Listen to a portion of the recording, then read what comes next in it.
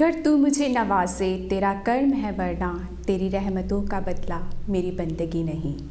Kashi TV देखने वाले सारे दर्शकों मेरे बलबीर कौर वालों सत श्री अकाल, सलाम, नमस्ते, जय गुरुदेव। हैल्थ टॉक शो विच असीं गलबात करते हैं साडे 4 पिलर्स ऑफ आवर हैल्थ, जो है साडी spiritual health, mental health, environmental health ते उस दे नाल असीं गलबात करते हैं साडी फिजिकल हैल्थ के बारे। ते अज दे टॉक शो विच असीं गलबात करांगे साडी लाइफ कोचिंग किस तरीके दे नाल लाइफ एक्सपीरियंस दे विच हुंदी है। ते इहदे विच मेरा साथ देणगे मनिंदर कौर जी जो एक लाइफ कोच ने। उन्हां दे नाल रूबरू होवांगे असीं ते फाइंड आउट करांगे कि किहड़े मायने साडी जिंदगी च इंपोर्टेंट ने ते जिन्हां करके असीं अपनी लाइफ नूं चेंजिस कर सकते हाँ। इस सब दी इन्फॉर्मेशन लई साडे स्टूडियो विच हाजिर ने मनिंदर कौर जी, साडे नाल रूबरू होणगे। जय गुरुदेव। Thank you very much. सब तो पहले मैं तुहानू दसूँगी कि मैं लाइफ कोच दे विच तुहानू किहड़ी तुहाडी लाइफ दे विच किहड़े पासे तुहानू अगे लैके जाऊँगी। So basically I focus on personal and professional development. मैं पर्सनल ते प्रोफैशनल डिवेलपमेंट नू क्यों चूज़ किया, बिकॉज मैनू लग्या है कि असी प्रोफैशनली अगे इस लई नहीं वध रहे क्योंकि साडी पर्सनल जिहड़ी परफॉर्मेंस हैगी आ, साडी अपनी अंदर दी जिहड़ी पावर हैगी आ वो बहुत थल्ले आ। सो अगे वधन लई सब तो पहला सानू अपने आप नू उपर चकना पैंदा आ। इस करके मैं पर्सनल ते परफॉर्मेंस डिवेलपमेंट नू लैके अगे जा रही हाँ।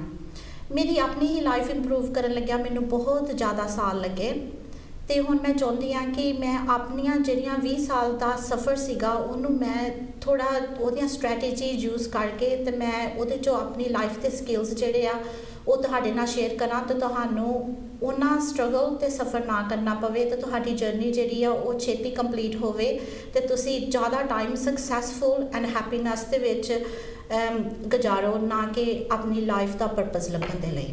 पर्सनल ग्रोथ जिदा असीं मनिंदर जी तुसीं कहंदे भी तुसीं अपने एक्सपीरियंस तो क्या भी पर्सनल ग्रोथ वेरी इंपोर्टेंट हैगी है ते इहदे विच तुहाडा भी योगदान है। तुहानू भी बहुत सारे एक्सपीरियंस होए जिहदे करके तुसीं लाइफ कोच बनना चाहते सी। तुसीं सानू दस्सोगे लाइफ कोच एक्चुअली है की?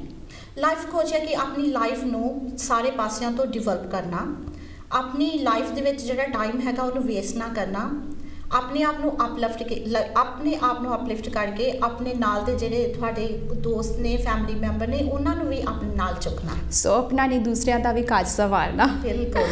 ओके, सानू इदा क्यों हमेशा लगता है कि there is always something missing in our life? या because we look too much outwards जी। So we compare. सो ਜਦੋਂ ਤੁਸੀਂ ਬਾਹਰ ਦੇਖਦੇ ਹੋ ਦੂਸਰੇ ਲੋਕ ਕੀ ਕਰ ਰਹੇ ਨੇ, ਤੁਸੀਂ ਆਪਣਾ ਅੰਦਰੋਂ ਜਿਹੜਾ ਤੁਹਾਡਾ ਪਰਿਆਪਨ ਹੈਗਾ ਉਹਨੂੰ ਤੁਸੀਂ ਖਾਲੀ ਕਰਦੇ ਹੋ। ਫਿਰ ਜਦੋਂ ਤੁਸੀਂ ਕੰਪੇਅਰ ਕਰਦੇ ਹੋ ਦੂਸਰਿਆਂ ਦੇ ਨਾਲ ਤੁਸੀਂ ਅੰਦਰੋਂ ਖਾਲੀ ਹੋ ਜਾਂਦੇ ਹੋ। That's why something is missing out. So it's always like feeling in the gap. ਕੁਛ ਵੀ ਜੋ ਚੀਜ਼ ਹੋਏ ਉਹਦੇ ਭਾਵੇਂ ਹੋ ਸਕਦੀ ਹੈ ਲਵ ਦੀ ਹੋਏ, ਮਨੀ ਦੀ ਹੋਏ, ਸਪਿਰਿਚੁਅਲੀ ਕੋਈ ਤੁਹਾਡੀ ਫੀਲਿੰਗ ਹੋਏ, ਜੇਕਰ ਤੁਹਾਨੂੰ ਲੱਗਦਾ ਕਿ something missing in that gap so you try to feel that gap. ਜਦੋਂ ਜਦੋਂ ਸਾਨੂੰ ਫੀਲ ਹੁੰਦਾ ਆ ਕਿ ਸਾਡੇ ਅੰਦਰ ਕੁਝ ਮਿਸਿੰਗ ਹੈਗਾ ਆ, ਫਿਰ ਅਸੀਂ ਹੋਰ ਵੀ ਜ਼ਿਆਦਾ ਬਾਹਰ ਦੇਖਦੇ ਆ। ਫਿਰ ਸਾਡੀ ਇਨਸਿਕਿਉਰਿਟੀ ਬਹੁਤ ਜ਼ਿਆਦਾ ਵੱਧ ਜਾਂਦੀ ਹੈ ਜਿਹਦੇ ਨਾਲ ਸਾਡਾ ਗੈਪ ਵੱਡਾ ਹੋਈ ਜਾਂਦਾ ਆ। ਸੋ ਅਸੀਂ ਉਹ ਗੈਪ ਨੂੰ ਛੋਟਾ ਕਰਨ ਦੀ ਲਈ ਆਪਣੇ ਨਾਲ ਕਨੈਕਟ ਕਰਨਾ ਆ, ਆਪਣੇ ਅੰਦਰ ਹੋਰ ਛਾਤੀ ਮਾਰਨੀ ਹੈ ਤਾਂ ਆਪਣੇ ਆਪ ਨੂੰ ਹੀ ਜਿੱਦਾਂ ਇੱਕ ਮਾਂ ਇੱਕ ਆਪਣੇ ਬੱਚੇ ਨੂੰ ਪਿਆਰ ਨਹੀਂ ਕਰਦੀ ਪਾਲਦੀ, ਇੱਦਾਂ ਆਪਣੇ ਆਪ ਨੂੰ ਪਾਲਣਾ ਤਾਂ ਫਿਰ ਸਾਡਾ ਗੈਪ ਛੋਟਾ ਹੁੰਦਾ ਜਾਏਗਾ। ਸੋ ਜਿੰਨਾ ਸਾਡੇ ਨਾਲ ਅਸੀਂ ਆਪਣੇ ਆਪ ਨਾਲ ਜੁੜਾਂਗੇ ਉਸੇ ਤਰੀਕੇ ਦੇ ਨਾਲ ਸਾਡਾ ਗੈਪ ਘਟਦਾ ਜਾਏਗਾ। ਕਈ ਵਾਰੀ ਸਾਨੂੰ ਇੱਦਾਂ ਮਹਿਸੂਸ ਹੁੰਦਾ ਕਿ we are not good enough for ourself, ਹੈ ਨਾ, ਤੇ ਉਹ ਫੀਲਿੰਗ ਕਈਆਂ ਨੂੰ ਕਈ ਵਾਰੀ ਕਾਫੀ ਕੁਛ ਕਰਨ ਤੇ ਮਜਬੂਰ ਵੀ ਕਰ ਦਿੰਦੀ ਹੈਗੀ ਹੈ। ਰੀਸੈਂਟਲੀ ਕਾਫੀ ਇਨਸੀਡੈਂਟ ਜਿੱਦਾਂ ਅਸੀਂ ਦੇਖ ਰਹੇ ਵੀ ਹੋ ਰਹੇ ਨੇ ਸੋਸ਼ਲ ਮੀਡੀਆ ਤੇ ਵੀ, ਤੇ ਇਹ ਕਿਉਂ ਫੀਲ ਹੁੰਦਾ ਕਿ we are not good enough? ਜਿੱਦਾਂ ਅਸੀਂ ਸੋਚਦੇ ਹਾਂ ਵੀ ਪਰਮਾਤਮਾ ਨੇ ਸਭ ਨੂੰ ਪੂਰੀ ਤਰ੍ਹਾਂ ਕੰਪਲੀਟ ਬਣਾਇਆ, but there is a time ਕਿ lot of people feel that ਕਿ ਅਸੀਂ ਅਨਕੰਪਲੀਟ ਆ, we are not good enough. ਇਹ ਕਿਉਂ ਫੀਲ ਹੁੰਦਾ? ਯਾ ਬੇਸਿਕਲੀ ਬਹੁਤ ਸੌਖਾ ਆ ਦੂਸਰਿਆਂ ਨੂੰ ਕਹਿਣਾ ਕਿ ਪਰਮਾਤਮਾ ਨੇ ਸਾਨੂੰ ਇੱਕੋ ਜਿਹਾ ਬਣਾਇਆ ਆ, ਪਰ ਅੰਦਰ ਜਿਹੜੀ ਸਾਡੇ ਨਾਲ ਆਪਣਾ ਨਾਤਾ ਹੈਗਾ ਉਹਦੇ ਵਿੱਚ ਕੀ ਅਸੀਂ ਇਹ ਫੀਲ ਕਰ ਰਹੇ ਹਾਂ? ਜੇ ਸੋਚਿਆ ਜਾਏ ਅਸੀਂ ਆਪਣੇ ਅੰਦਰ ਹੀ ਛਾਤੀ ਮਾਰ ਕੇ ਦੇਖੋ ਤਾਂ ਅਸੀਂ ਆਪਣੇ ਆਪ ਨੂੰ ਅਜੇ 100% ਐਕਸੈਪਟ ਵੀ ਨਹੀਂ ਕੀਤਾ ਹੈਗਾ ਕਿ ਅਸੀਂ ਜਿਹੜੀ ਲਾਈਫ ਦੇ ਵਿੱਚ ਐਗਜ਼ਿਸਟ ਹੈਗੇ ਆ, ਹਾਂਜੀ, ਕਿ ਅਸੀਂ ਇਹਦੇ ਵਿੱਚ ਫਿੱਟ ਹੁੰਦੇ ਆ। ਅਸੀਂ ਆਪਣੇ ਆਪ ਨੂੰ ਐਕਸੈਪਟ ਵੀ ਨਹੀਂ ਕਰਦੇ ਹੈਗੇ। ਐਬਸੋਲੂਟਲੀ ਹਾਂਜੀ। ਉਹਦੇ ਵਿੱਚ ਕਈ ਵਾਰੀ ਇਦਾਂ ਹੁੰਦਾ ਹੈ, ਕਈ ਵਾਰੀ ਅਸੀਂ ਕਹਿੰਦੇ ਹਾਂ ਦੂਸਰੇ ਦੀ ਹਾਈਟ ਬੜੀ ਆ, ਦੂਸਰਾ ਸਾਡੇ ਤੋਂ ਸੋਹਣਾ ਬੜਾ ਹੈ, ਜਾਂ ਉਹ ਕਾਮਯਾਬ ਬਹੁਤ ਹੈਗਾ, ਉਹਦੇ ਕੋਲ ਇਹ ਹੈਗਾ, ਪਰ ਇਦਾਂ ਦੀ ਫੀਲਿੰਗਸ ਨੂੰ ਕਿਸ ਤਰੀਕੇ ਨਾਲ ਅਸੀਂ ਘਟਾ ਸਕਦੇ ਹਾਂ? ਸੋ ਪਹਿਲੀ ਗੱਲ ਤਾਂ ਤੁਸੀਂ ਇਹ ਵੀ ਦੇਖੋ ਕਿ ਜੇ ਸਾਨੂੰ ਥੋੜਾ ਜਿਹਾ ਕਿਸੇ ਗੱਲ ਤੋਂ ਗੁੱਸਾ ਆ ਗਿਆ ਤਾਂ ਅਸੀਂ ਉਹਦੇ ਵਿੱਚ ਵੀ ਸੋਚਦੇ ਹਾਂ ਕਿ ਸਾਡੇ ਵਿੱਚ ਕੋਈ ਕਮਜ਼ੋਰੀ ਹੋਊਗੀ, ਹਨਾ। ਹਾਂਜੀ, ਅਸੀਂ ਉਹ ਵੀ ਐਕਸੈਪਟ ਕਰਨਾ ਆ। ਜਦੋਂ ਤੁਸੀਂ ਇਹ ਚੀਜ਼ਾਂ ਨੂੰ ਐਕਸੈਪਟ ਕਰਦੇ ਹੋ ਕਿ ਤੁਸੀਂ ਦੇਖੋ ਕਿ ਲਾਈਫ ਦੇ ਵਿੱਚ ਉਤਰਾਅ ਚੜਾਅ ਆਉਂਦੇ ਰਹਿਣੇ ਆ। ਹਾਂਜੀ, ਆਲਵੇਜ਼। ਹਾਂਜੀ, ਆਲਵੇਜ਼। ਤਾਂ ਤੁਹਾਡੇ ਇਮੋਸ਼ਨਸ ਉੱਪਰ ਥੱਲੇ ਜਾਂਦੇ ਰਹਿਣੇ ਆ, ਪਰ ਉਹਨੂੰ ਤੁਸੀਂ ਆਪਣੇ ਇਮੋਸ਼ਨਸ ਨਾਲ ਆਪਣੇ ਆਪ ਨੂੰ ਜੱਜ ਕਰਦੇ ਹੋ, ਜਾਂ ਤੁਹਾਨੂੰ ਕਿਸੇ ਨੇ ਜੱਜ ਕਰ ਦਿੱਤਾ ਤਾਂ ਤੁਹਾਨੂੰ ਉਹ ਫੀਲ ਹੋ ਗਿਆ ਕਿ ਹਾਂ ਇਹ ਪੀਪਲ ਰਾਈਟ ਹੈਗੇ ਨੇ, ਤਾਂ ਉਹਦੇ ਨਾਲ ਫਿਰ ਤੁਹਾਡਾ ਗੈਪ ਵੱਡਾ ਹੋਈ ਜਾਂਦਾ ਆ। ਤੁਸੀਂ ਉਹਨੂੰ ਗੈਪ ਨੂੰ ਛੋਟਾ ਕਰਨ ਦੇ ਲਈ ਤੁਸੀਂ ਆਪਣੇ ਆਪ ਨੂੰ ਰਿਸਪੈਕਟ ਦਿਓ, ਉਹ ਆਪਣੇ ਆਪ ਨੂੰ ਐਕਸੈਪਟ ਕਰੋ, ਤੇ ਜੇ ਤੁਸੀਂ ਕੋਈ ਗਲਤੀ ਕਰ ਲੈਂਦੇ ਹੋ ਉਹਦੇ ਤੋਂ ਸਿੱਖੋ ਤੇ ਆਪਣੇ ਆਪ ਨੂੰ ਮਾਫ ਕਰਨਾ ਵੀ ਸਿੱਖੋ ਨਾਲ। ਫਿਰ ਜਦੋਂ ਤੁਸੀਂ ਸੋਚਦੇ ਹੋ ਕਿ ਹਾਂ I am a human being and I have to learn from my own mistakes. ਹਾਂਜੀ, ਸੋ ਐਕਸਪੀਰੀਅੰਸ ਤੋਂ ਲਰਨ ਕਰਕੇ ਅੱਗੇ ਵਧਣਾ ਆ, ਨਾ ਕਿ ਉਹ ਐਕਸਪੀਰੀਅੰਸ ਨੂੰ ਹੋਲਡ ਕਰਕੇ ਤਾਂ ਆਪਣੇ ਅੰਦਰ ਗੈਪ ਵਧਾਉਣਾ ਆ, ਜਾਂ ਆਪਣੀਆਂ ਫੀਲਿੰਗਸ ਨੂੰ ਲੋ ਕਰਨਾ, ਜਾਂ ਕੌਨਫੀਡੈਂਸ ਲੋ ਹੋਇਆ, ਸੈਲਫ ਅਸਟੀਮ ਲੋ ਹੋਈ ਜਾਂਦੀ ਆ, ਬਿਕੋਜ਼ ਅਸੀਂ ਆਪਣੇ ਆਪ ਨੂੰ ਫਰਗਿਵ ਨਹੀਂ ਕੀਤਾ ਹੈਗਾ। ਬਹੁਤ ਜ਼ਿਆਦਾ ਦੂਸਰੇ ਵੱਲ ਦੇਖਣਾ, ਦੂਸਰੇ ਤੋਂ ਵੈਲੀਡੇਸ਼ਨ ਲੈਣੀ, ਉਹਨਾਂ ਕੋਲ ਸਾਨੂੰ ਅਪਰੂਵਲ ਚਾਹੀਦਾ ਆ। ਹਾਂਜੀ, ਇਕੱਲਾ ਆਪਣੀ ਅਪੀਅਰੈਂਸ ਤੇ ਨਹੀਂ ਹੈਗਾ, ਕੋਈ ਵੀ ਤੁਸੀਂ ਲਾਈਫ ਦੇ ਵਿੱਚ ਜੇ ਤੁਸੀਂ ਕੋਈ ਡਿਸੀਜ਼ਨ ਲੈ ਰਹੇ ਹੋ, ਤੁਸੀਂ ਮੈਰਿਜ ਦਾ ਲੈ ਲਓ, ਤੁਸੀਂ ਜੌਬ ਦਾ ਲੈ ਲਓ, ਕਰੀਅਰ, ਯੋਰ ਸੋਸ਼ਲ ਸਰਕਲ, ਉਹਦੇ ਵਿੱਚ ਇੱਦਾਂ ਲੱਗਦਾ ਕਿ ਜਿਨ੍ਹਾਂ ਦੇ ਨਾਲ ਅਸੀਂ ਰਹਿ ਰਹੇ ਹਾਂ ਸਾਨੂੰ ਉਹਨਾਂ ਦੀ ਪਰਮਿਸ਼ਨ ਦੀ ਲੋੜ ਹੈਗੀ ਆ। ਇਹ ਸਾਰੀਆਂ ਚੀਜ਼ਾਂ ਜਿਹੜੀਆਂ ਉਹ ਤੁਹਾਡਾ ਗੈਪ ਵੱਡਾ ਕਰਦੀਆਂ, ਤੁਹਾਡਾ ਜਿਹੜਾ ਹੋਲ ਅੰਦਰ ਹੈਗਾ ਉਹ ਐਮਟੀਨੈਸ ਤੁਹਾਡੀ ਜ਼ਿਆਦਾ ਹੋਈ ਜਾਂਦੀ ਆ, ਬਿਕੋਜ਼ ਤੁਸੀਂ ਆਪਣੇ ਆਪ ਨੂੰ ਪਰਮਿਸ਼ਨ ਨਹੀਂ ਦਿੰਦੇ, ਅਲਾਉ ਨਹੀਂ ਕਰਦੇ, ਆਪਣੀਆਂ ਨੀਡਸ ਨੂੰ ਅੰਡਰਸਟੈਂਡ ਨਹੀਂ ਕਰਦੇ। ਕੀ ਤੁਹਾਨੂੰ ਇੱਦਾਂ ਲੱਗਦਾ ਮਨਿੰਦਰ ਕਿ ਕਈ ਵਾਰੀ ਅਸੀਂ ਦੂਸਰੇ ਦਾ ਡਰ ਸਾਡੇ ਵਿੱਚ ਹੁੰਦਾ ਜਿਹਦੇ ਕਰਕੇ ਇਹ ਸਾਰੀ ਚੀਜ਼ਾਂ ਅਸੀਂ ਕਰਦੇ ਹਾਂ? ਮੰਨ ਲਓ ਕਿ ਮੈਰਿਜ ਸਿਸਟਮ ਦੇ ਵਿੱਚ ਅਸੀਂ ਸੋਚਦੇ ਹਾਂ ਵੀ ਸਾਡੇ ਪਾਰਟਨਰ ਨੂੰ ਬੁਰਾ ਨਾ ਲੱਗੇ, ਜਾਂ ਸਾਡੇ ਪੇਰੈਂਟਸ ਨੂੰ ਬੁਰਾ ਨਾ ਲੱਗੇ, ਜਾਂ ਉਹ ਫੇਅਰ ਜਿਹੜਾ ਹੁੰਦਾ ਹੈ ਉਹ ਕਿੱਥੇ ਤੱਕ ਸਾਡੇ ਲਾਈਫ ਸਟਾਈਲ ਦੇ ਵਿੱਚ ਕੰਮ ਕਰਦਾ ਹੈਗਾ? So fear is basically come from your childhood. Okay, so ਜਦੋਂ ਅਸੀਂ ਛੋਟੇ ਹੁੰਦੇ ਆ ਸਾਨੂੰ ਸਾਨੂੰ ਅਪਰੂਵਲ ਵੀ ਚਾਹੀਦਾ ਆ, ਸਾਨੂੰ ਵੈਲੀਡੇਸ਼ਨ ਵੀ ਚਾਹੀਦੀ ਹੈ, ਤੇ ਸਾਨੂੰ ਬਹੁਤ ਵਾਰੀ ਡਾਂਟ ਵੀ ਪਈ ਹੁੰਦੀ ਹੈ, ਹੈ ਨਾ? ਯਾ definitely more than enough some time। ਹਾਂਜੀ, ਸੋ ਫਿਰ ਤੁਸੀਂ ਉਹ ਤੁਹਾਡਾ ਫੀਅਰ ਉਦੋਂ ਤੋਂ ਹੀ ਤੁਹਾਨੂੰ ਡਰ ਲੱਗਣ ਲੱਗ ਪੈਂਦਾ ਕਿ ਆਹ ਕੰਮ ਕਰਾਂ ਜਾਂ ਨਾ ਕਰਾਂ। ਸੋ ਬੇਸਿਕਲੀ ਅਸੀਂ ਬਚਪਨ ਦੇ ਵਿੱਚ ਸਿੱਖ ਲੈਂਦੇ ਹਾਂ ਕਿ ਕੋਈ ਵੀ ਕੰਮ ਅਸੀਂ ਕਰਨਾ ਸਾਨੂੰ ਉਹਦੇ ਲਈ ਪਰਮਿਸ਼ਨ ਦੀ ਲੋੜ ਆ। ਹਾਂਜੀ, ਤੇ ਜ਼ਿਆਦਾਤਰ ਉਹ ਸਾਨੂੰ ਪਰਮਿਸ਼ਨ ਉਦੋਂ ਮਿਲਦੀ ਹੈ ਕਿ ਉਹ ਜੇ ਸਾਡਾ ਜਿਹੜਾ ਅਸੀਂ ਐਕਸ਼ਨ ਲੈ ਰਹੇ ਹਾਂ ਉਹ ਜੇ ਸਾਡੀ ਫੈਮਿਲੀ, ਪੇਰੈਂਟਸ ਜਿਨ੍ਹਾਂ ਨਾਲ ਅਸੀਂ ਰਹਿੰਦੇ ਹਾਂ, ਜੇ ਉਹਨਾਂ ਦੇ ਬਲੀਫ ਸਿਸਟਮ ਦੇ ਨਾਲ ਉਹ ਮੈਚ ਕਰਦਾ ਆ। ਨਹੀਂ ਤੇ ਉਹ ਸਾਨੂੰ ਇੱਦਾਂ ਐਕਸਪਲੇਨ ਕਰ ਦਿੰਦੇ ਆ ਜਾਂ ਸਾਨੂੰ ਰੋਕ ਦਿੰਦੇ ਆ, ਉਹ ਸਾਡੇ ਲਈ ਇੱਕ ਡਰ ਦੇ ਤਰ੍ਹਾਂ ਸਾਨੂੰ ਰੋਕਦੇ ਆ। ਤੇ ਚਾਈਲਡਹੁੱਡ ਇਹ ਨੈਗੇਟਿਵਿਟੀ ਅਸੀਂ ਕਹਾਂਗੇ ਇਹਨਾਂ ਨੂੰ ਕਿ ਨੈਗੇਟਿਵ? ਕਈ ਵਾਰੀ ਹੁੰਦਾ ਕਿ ਸਾਨੂੰ ਪਤਾ ਹੈ ਵੀ ਇਹ ਕੰਮ ਗਲਤ ਕਹਿ ਰਿਹਾ ਸਾਡੇ ਪੇਰੈਂਟਸ ਨੇ, ਜਾਂ ਸਾਡਾ ਪਾਰਟਨਰ ਹੈ, ਜਾਂ ਸਾਡੇ ਬੱਚੇ ਹੈ, ਪਰ fear again I will say, ਉਹ ਫੀਅਰ ਕਰਕੇ ਅਸੀਂ ਬੋਲਣਾ ਪਸੰਦ ਨਹੀਂ ਕਰਦੇ, we don't want to say that ਕਿ ਇਹ ਚੀਜ਼ ਉਹ ਗਲਤ ਕਰ ਰਿਹਾ। ਇਹਦਾ ਕਿੰਨਾ ਕੁ ਇਫੈਕਟ ਸਾਡੇ ਬ੍ਰੇਨ ਤੇ ਪੈਂਦਾ ਹੈਗਾ? Yes, definitely it's a blockage, but fear is not a negative. Fear is a direction. Okay. ਹਾਂਜੀ, fear is a energy, it's a blockage. So ਜਿਹੜਾ fear ਤੁਹਾਡੇ ਅੰਦਰ ਕ੍ਰੀਏਟ ਕੀਤਾ ਗਿਆ as a childhood, ਹਾਂਜੀ, ਉਹ ਤੁਹਾਡੇ ਨਾਲ ਉਨੀ ਦੇਰ ਚੱਲਦਾ ਜਾਏਗਾ ਜਿੰਨੀ ਦੇਰ ਤੁਸੀਂ ਉਹਨੂੰ ਤੋੜੋਗੇ ਨਹੀਂ।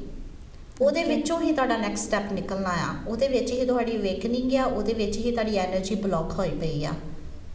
ਸੋ ਉਹ ਜਿਹੜਾ ਫੀਅਰ ਆ ਉਹਨੂੰ ਤੁਸੀਂ ਨੈਗੇਟਿਵ ਤੌਰ 'ਤੇ ਨਾ ਲੈ ਕੇ ਜਾਓ, ਉਹਦੇ ਫਰੈਂਡ ਬਣਨ ਦੀ ਕੋਸ਼ਿਸ਼ ਕਰੋ। ਉਹਨੂੰ ਦੇਖੋ ਕਿ ਇਹ ਫੀਅਰ ਕ੍ਰੀਏਟ ਕਿਉਂ ਮੈਂ ਕੀਤਾ ਸੀ। ਜਦੋਂ ਬਚਪਨ ਦੇ ਵਿੱਚ ਮੈਨੂੰ ਇਹ ਬਲੌਕੇਜ ਚਾਹੀਦੀ ਸੀ ਕਿਉਂਕਿ ਪੇਰੈਂਟਸ, ਫੋਰ ਐਗਜ਼ਾਮਪਲ, ਤੁਹਾਨੂੰ ਪੇਰੈਂਟਸ ਨੇ ਪ੍ਰੋਟੈਕਟ ਕੀਤਾ ਬਚਪਨ ਦੇ ਵਿੱਚ ਕਿ ਦੌੜ ਕੇ ਸੜਕ ਪਾਰ ਨਹੀਂ ਕਰਨੀ ਹੈਗੀ। ਹਾਂਜੀ, ਤਾਂ ਫਿਰ ਉਹ ਸਾਡੇ ਲਈ ਇੱਕ ਲਿਮਿਟਡ ਬਲੀਫ ਬਣ ਗਿਆ ਸਾਰੀ ਲਾਈਫ ਲਈ ਕਿ ਅਸੀਂ ਇੱਦਾਂ ਇੱਕਦਮ ਰਸ਼ ਨਹੀਂ ਕਰਨਾ ਹੈਗਾ। ਹਾਂਜੀ, ਉਹਨਾਂ ਨੇ ਸਾਨੂੰ ਐਕਸਪਲੇਨ ਨਹੀਂ ਕੀਤਾ ਕਿ ਕਿਉਂ ਨਹੀਂ ਰਸ਼ ਕਰਨਾ, ਕਿਉਂ ਦੌੜ ਕੇ ਨਹੀਂ ਜਾਣਾ। ਸੋ ਇਸ ਲਈ ਉਹ ਅਨਕੌਂਸ਼ੀਅਸ ਬਲੀਫ ਬਣ ਗਿਆ, ਇੱਕ ਡਰ ਬਣ ਗਿਆ। ਪਰ ਹੁਣ ਅਸੀਂ ਐਡਲਟ ਆ, ਹੁਣ ਅਸੀਂ ਉਹ ਸੋਚਣਾ ਕਿ ਇਹ ਡਰ ਨੂੰ ਐਨਾਲਾਈਜ਼ ਕਰਨਾ ਆ, ਡਰ ਆਇਆ ਕਿੱਥੋਂ, ਹੁਣ ਸਾਡੀ ਲਾਈਫ ਨੂੰ ਕਿਉਂ ਰੋਕ ਰਿਹਾ ਆ। ਹਾਂਜੀ, ਤਾਂ ਹੁਣ ਇਹਦੇ ਵਿੱਚੋਂ ਆਪਾਂ ਕਿੱਦਾਂ ਉਹ ਐਨਰਜੀ ਜਿਹੜੀ ਬਲੌਕ ਹੋਈ ਹੈ ਉਹਨੂੰ ਕਿੱਦਾਂ ਅਨਬਲੌਕ ਕਰਨਾ ਆ, ਤਾਂ ਉਹਨੂੰ ਕਿੱਦਾਂ ਸਟਰੈਂਥ ਦੇ ਨਾਲ ਅਸੀਂ ਅੱਗੇ ਵਧਣਾ ਆ। ਓਕੇ ਫੇਅਰ ਦੇ ਵਿੱਚ ਯਾਨੀ ਕਿ ਇਹ ਹੈਗਾ ਕਿ ਸਟੈਪ ਬਾਈ ਸਟੈਪ ਤੁਸੀਂ ਅਗਰ ਚੱਲਦੇ ਹੋ ਹਾਂਜੀ। ਤੇ ਉਹਦੇ ਨਾਲ ਫਿਰ ਤੁਸੀਂ ਆਪਣੇ ਫੇਅਰ ਤੋਂ ਕਾਬੂ ਪਾ ਸਕਦੇ ਹੋ ਬੇਸਿਕਲੀ ਈਵਨ ਉਹ ਤੁਹਾਡੀ ਇੱਕ ਪੌੜੀ ਬਣ ਜਾਂਦਾ ਅਚੀਵਮੈਂਟ ਕਰਨ ਦੀ Achievement। ਰੈਦਨ ਜਿਹੜਾ ਫੇਅਰ ਹੈ ਇੱਕ ਲਵ ਦੇ ਵਿੱਚ ਟ੍ਰਾਂਸਫਰ ਹੋ ਜਾਂਦਾ ਜਿਹਦੇ ਤੋਂ ਤੁਸੀਂ ਸਕਸੈਸਫੁਲ ਬੇਸਿਕਲੀ ਬਣ ਹਾਂਜੀ। ਸਕਦੇ ਉਹ ਹੋ। ਤੁਹਾਡੀ ਸਟਰੈਂਥ ਹੋ ਜਾਂਦੀ ਆ। ਫਿਰ ਉਹ ਫੀਅਰ ਜਿਹੜਾ ਬਚਪਨ ਦੇ ਵਿੱਚ ਸੀ ਅਸੀਂ ਉਹਨੂੰ ਫੀਲ ਨਹੀਂ ਹੋਣ ਦਿੱਤਾ ਬਿਕੋਜ਼ ਅਸੀਂ ਉਹਨੂੰ ਇਗਨੋਰ ਕੀਤਾ। ਸਾਨੂੰ ਜਿਨ੍ਹਾਂ ਨੇ ਉਹ ਫੀਅਰ ਦਿੱਤਾ ਜਾਂ ਸਾਨੂੰ ਸਟਾਪ ਕੀਤਾ ਉਹਨਾਂ ਨੇ ਸਾਨੂੰ ਐਕਸਪਲੇਨ ਨਹੀਂ ਕੀਤਾ, ਇਸ ਕਰਕੇ ਉਹ ਇੱਕ ਬਲੌਕ ਬਣ ਗਿਆ ਜਿੱਦਾਂ ਮੈਂ ਪਹਿਲਾਂ ਐਕਸਪਲੇਨ ਕੀਤਾ ਸੀ। ਉਹ ਐਕਚੁਅਲੀ ਜਦੋਂ ਤੁਸੀਂ ਉਹਨੂੰ ਓਪਨ ਕਰਦੇ ਹੋ, ਉਹਨੂੰ ਐਨਾਲਾਈਜ਼ ਕਰਦੇ ਹੋ, ਉਹਦੇ ਅੰਦਰ ਸਟੈਪ ਕਰਦੇ ਹੋ ਤਾਂ ਫਿਰ ਤੁਸੀਂ powerful physically, mentally, emotionally and ਤੁਸੀਂ ਸਕਸੈਸ ਵੀ ਹੁੰਦੇ ਹੋ। ਤੁਹਾਨੂੰ ਲੱਗੇਗਾ ਕਿ ਹਾਂ ਇਹ ਮੈਂ ਐਕਸ਼ਨ ਲੈ ਕੇ ਮੈਂ ਡੈਫੀਨੇਟਲੀ ਇੱਕ ਸਟੈਪ ਅੱਗੇ ਵੱਧ ਗਿਆ। ਹੁਣ ਕਈ ਵਾਰੀ ਦੇਖਿਆ ਕਿ ਦੇਰ ਇਜ਼ ਜਿਹੜੇ ਕਈ ਸਰਵਿਸਿਜ਼ ਵੀ ਪ੍ਰੋਵਾਈਡ ਕਰਦੇ ਆ ਉਹ ਇੱਕ ਪਲਾਨ ਬਣਾ ਲੈਂਦੇ ਆ ਕਿ ਇਸ ਵੀਕ ਇਹਨਾਂ ਨੇ some people are fear of going outside, ਕਈਆਂ ਨੂੰ ਹੁੰਦਾ ਵੀ ਉਹ 에ਅਰੋਪਲੇਨ 'ਚ ਟਰੈਵਲ ਨਹੀਂ ਫਿਲਹਾਲ ਤੇ ਨਹੀਂ, ਉੱਦਾਂ ਉਹਨਾਂ ਨੂੰ ਫੇਅਰ ਹੁੰਦਾ ਵੀ 에ਅਰੋਪਲੇਨ 'ਚ ਨਹੀਂ ਚੜ੍ਹਨਾ। ਤਾਂ ਸਟੈਪ ਬਾਈ ਸਟੈਪ ਉਹ ਇਹੋ ਜਿਹੇ ਕ੍ਰੀਏਟ ਕਰਦੇ ਆ ਜਿੱਦਾਂ ਤੁਹਾਡੇ ਵਰਗੇ ਲਾਈਫ ਕੋਚਿਸ ਜਿਹੜੇ ਹੁੰਦੇ ਆ ਉਹਨਾਂ ਨੂੰ ਫਿਰ ਟ੍ਰੇਨਿੰਗ ਕਰਕੇ ਤੇ ਉਹ actually really well in that. So ਇੱਕ ਕਈ ਸਾਡੀ ਚੀਜ਼ਾਂ ਜਿਹੜੀਆਂ ਹੈਗੀਆਂ ਸਾਨੂੰ ਲਾਈਫ 'ਚ ਕੁਦਰਤ ਨੇ ਦਿੱਤੀਆਂ ਪਰ ਅਸੀਂ ਉਹਨਾਂ ਨੂੰ ਯੂਜ਼ ਪ੍ਰੋਪਰਲੀ ਨਹੀਂ ਕਰਦੇ। ਆਈ ਵਿਲ ਸੇ ਦੈਟ। ਬਟ ਤੁਸੀਂ ਕੀ ਕਹੋਗੇ ਕਿ ਜਿਹੜਾ ਸਾਡਾ ਹੈਗਾ ਮੇਨ ਜਿੱਦਾਂ ਅਸੀਂ ਲਾਈਫ ਕੋਚਿੰਗ ਅੱਜ ਦਾ ਜਿਹੜਾ ਟੌਪਿਕ ਰੱਖਿਆ ਉਹਦੇ ਵਿੱਚ ਜਿਹੜਾ ਬਿਲੀਵਸ ਨੇ ਕਿੱਥੇ ਤੱਕ ਐਕਟ ਕਰਦੇ ਨੇ ਸਾਡੇ ਆਪਣੇ ਬਿਲੀਵਸ? ਸਾਰੀ ਤੁਹਾਡੀ ਲਾਈਫ ਤੁਹਾਡੇ ਬਿਲੀਵਸ ਤੇ ਹੀ ਸੈੱਟ ਹੋਈ ਆ। ਸੋ ਮੈਂ ਤੁਹਾਨੂੰ ਦੱਸੂਗੀ ਸਬਕੌਂਸ਼ੀਅਸ ਮਾਈਂਡ ਦੇ ਬਾਰੇ ਵਿੱਚ। ਹਾਂਜੀ। So subconscious mind is our program. So ਅਸੀਂ ਇੱਕ ਪ੍ਰੋਗਰਾਮ ਦੇ ਨਾਲ ਸਾਡਾ ਜੀਵਨ ਬਤੀਤ ਹੋ ਰਿਹਾ ਆ। ਸੋ ਸਾਡੇ ਅੰਦਰੋਂ ਹੀ ਸਾਡਾ ਅੰਦਰ ਹੀ ਦੱਸ ਰਿਹਾ ਹੈ ਕਿ ਤੁਸੀਂ ਆਪਣਾ ਡੇ ਇੱਦਾਂ ਸ਼ੁਰੂ ਕਰਨਾ ਤੇ ਇਹਦਾ ਆਪਣਾ ਡੇ ਖਤਮ ਕਰਨਾ ਆ। ਸੋ ਹੁਣ ਕਹਿ ਲਓ ਕਿ ਇੱਕ ਪ੍ਰੋਗਰਾਮ ਜਿਹੜਾ ਇੱਕ ਬਕਟ ਭਰੀ ਪਈ ਆ, ਉਹਨੂੰ ਤੁਸੀਂ ਆਪਣਾ ਜੀਵਨ ਉਸੇ ਤਰ੍ਹਾਂ ਨਾਲ ਚਲਾ ਰਹੇ ਹੋ ਪਰ ਤੁਸੀਂ ਅਨਹੈਪੀ ਹੋ, ਮਿਜ਼ਰੇਬਲ ਹੋ, ਤੁਹਾਡੀ ਲਾਈਫ ਅੱਗੇ ਨਹੀਂ ਵੱਧ ਰਹੀ, ਤੁਹਾਨੂੰ ਬਿਮਾਰੀਆਂ ਅਟੈਕ ਕਰ ਰਹੀਆਂ, ਰਿਲੇਸ਼ਨਸ਼ਿਪ ਵਿਗੜ ਰਹੀ ਹੈ ਜੀ। ਸੋ ਉਹਨੂੰ ਤੁਸੀਂ ਸਭ ਤੋਂ ਪਹਿਲਾਂ ਤੁਸੀਂ ਉਹਦੇ ਵਿੱਚੋਂ ਕੁਝ ਡਿਲੀਟ ਕਰੋਗੇ ਐਂਡ ਕੁਝ ਐਡ ਕਰੋਗੇ ਜੀ। ਸਾਰਾ ਪ੍ਰੋਗਰਾਮ ਇੱਕਦਮ ਸੈੱਟ ਨਹੀਂ ਹੋ ਸਕਦਾ। ਇਸ ਲਈ ਅਸੀਂ ਸਟੈਪ ਬਾਈ ਸਟੈਪ ਕੋਚਿੰਗ ਦਿੰਦੇ ਆ।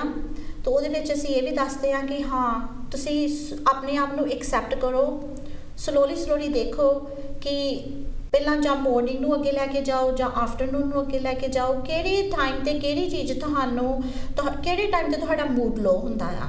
ਓਕੇ। ਸਭ ਤੋਂ ਪਹਿਲਾਂ ਤੁਸੀਂ ਆਪਣੀ ਇਮੋਸ਼ਨਸ ਨੂੰ ਅੱਗੇ ਲੈ ਕੇ ਜਾਓ। ਸੋ ਫਿਲਹਾਲ ਇਸ ਤਰੀਕੇ ਦੇ ਨਾਲ ਤੁਸੀਂ ਸਟੱਡੀ ਕਰਨਾ ਆਪਣੇ ਆਪ ਨੂੰ, ਬੇਸਿਕਲੀ ਆਪਣੇ ਵੱਲ ਤੁਸੀਂ ਦੇਖਣਾ ਹੈ ਨਾ ਕਿ ਦੂਸਰਿਆਂ ਵੱਲ ਨਹੀਂ। So you have to concentrate basically on yourself. ਹਾਂਜੀ। ਸੋ ਬੇਸਿਕਲੀ ਤੁਸੀਂ ਆਪਣੀ ਲਾਈਫ ਨੂੰ ਉਦੋਂ ਹੀ ਅੱਗੇ ਵਧਾਉਣਾ ਚਾਹੁੰਦੇ ਹੋ ਜਦੋਂ ਤੁਹਾਨੂੰ ਪਤਾ ਲੱਗਦਾ ਹੈ ਕਿ ਮੇਰੀ ਲਾਈਫ ਮਿਜ਼ਰੇਬਲ ਹੈਗੀ ਆ ਤਾਂ ਕੁਝ ਬਦਲਣ ਵਾਲਾ ਆ। ਫਿਰ ਕੁਝ ਬਦਲਣ ਲਈ ਤੁਸੀਂ ਬਾਹਰ ਤਾਂ ਦੇਖ ਨਹੀਂ ਸਕਦੇ ਕਿਉਂਕਿ ਪ੍ਰੋਬਲਮ ਤਾਂ ਤੁਹਾਡੇ ਅੰਦਰ ਆ ਜੀ। ਫਿਰ ਸਭ ਤੋਂ ਪਹਿਲਾਂ ਉਹ ਦੇਖਣਾ ਹੈ ਕਿ ਪ੍ਰੋਬਲਮ ਆ ਕਿਹੜੇ ਟਾਈਮ ਤੇ ਰਹੀ ਹੈ ਤੇ ਕਿਹੜੀ ਚੀਜ਼ ਆ ਜਿਹਦੇ ਵਿੱਚ ਪ੍ਰੋਬਲਮ ਆ ਰਹੀ ਹੈ। ਫਿਰ ਉਹ ਜਿਹੜੀ ਚੀਜ਼ 'ਚ ਤੁਹਾਨੂੰ ਪ੍ਰੋਬਲਮ ਆ ਰਹੀ ਹੈ ਉਹਨੂੰ ਚੰਗੀ ਤਰ੍ਹਾਂ ਸਟੱਡੀ ਕਰੋਗੇ। ਇਹਨੂੰ ਕਹਿੰਦੇ ਸੈਲਫ ਅਵੇਅਰਨੈਸ, ਓਕੇ, ਸੈਲਫ ਐਨਾਲਾਈਜ਼ਿੰਗ, ਆਪਣੇ ਆਪ ਨੂੰ ਸਮਝਣਾ, ਆਪਣੇ ਆਪ ਨੂੰ ਪੜ੍ਹਨਾ। ਸੋ ਬਹੁਤ ਕਿਤਾਬਾਂ ਬਾਹਰ ਦੀਆਂ ਪੜ੍ਹ ਲਈਆਂ ਪਰ ਆਪਣੀ ਕਿਤਾਬ ਨਹੀਂ ਪੜ੍ਹੀ ਤਾਂ ਫਿਰ ਜੀਵਨ ਅੱਗੇ ਨਹੀਂ ਤੁਰਦਾ ਹੈ ਨਾ। ਜੀ।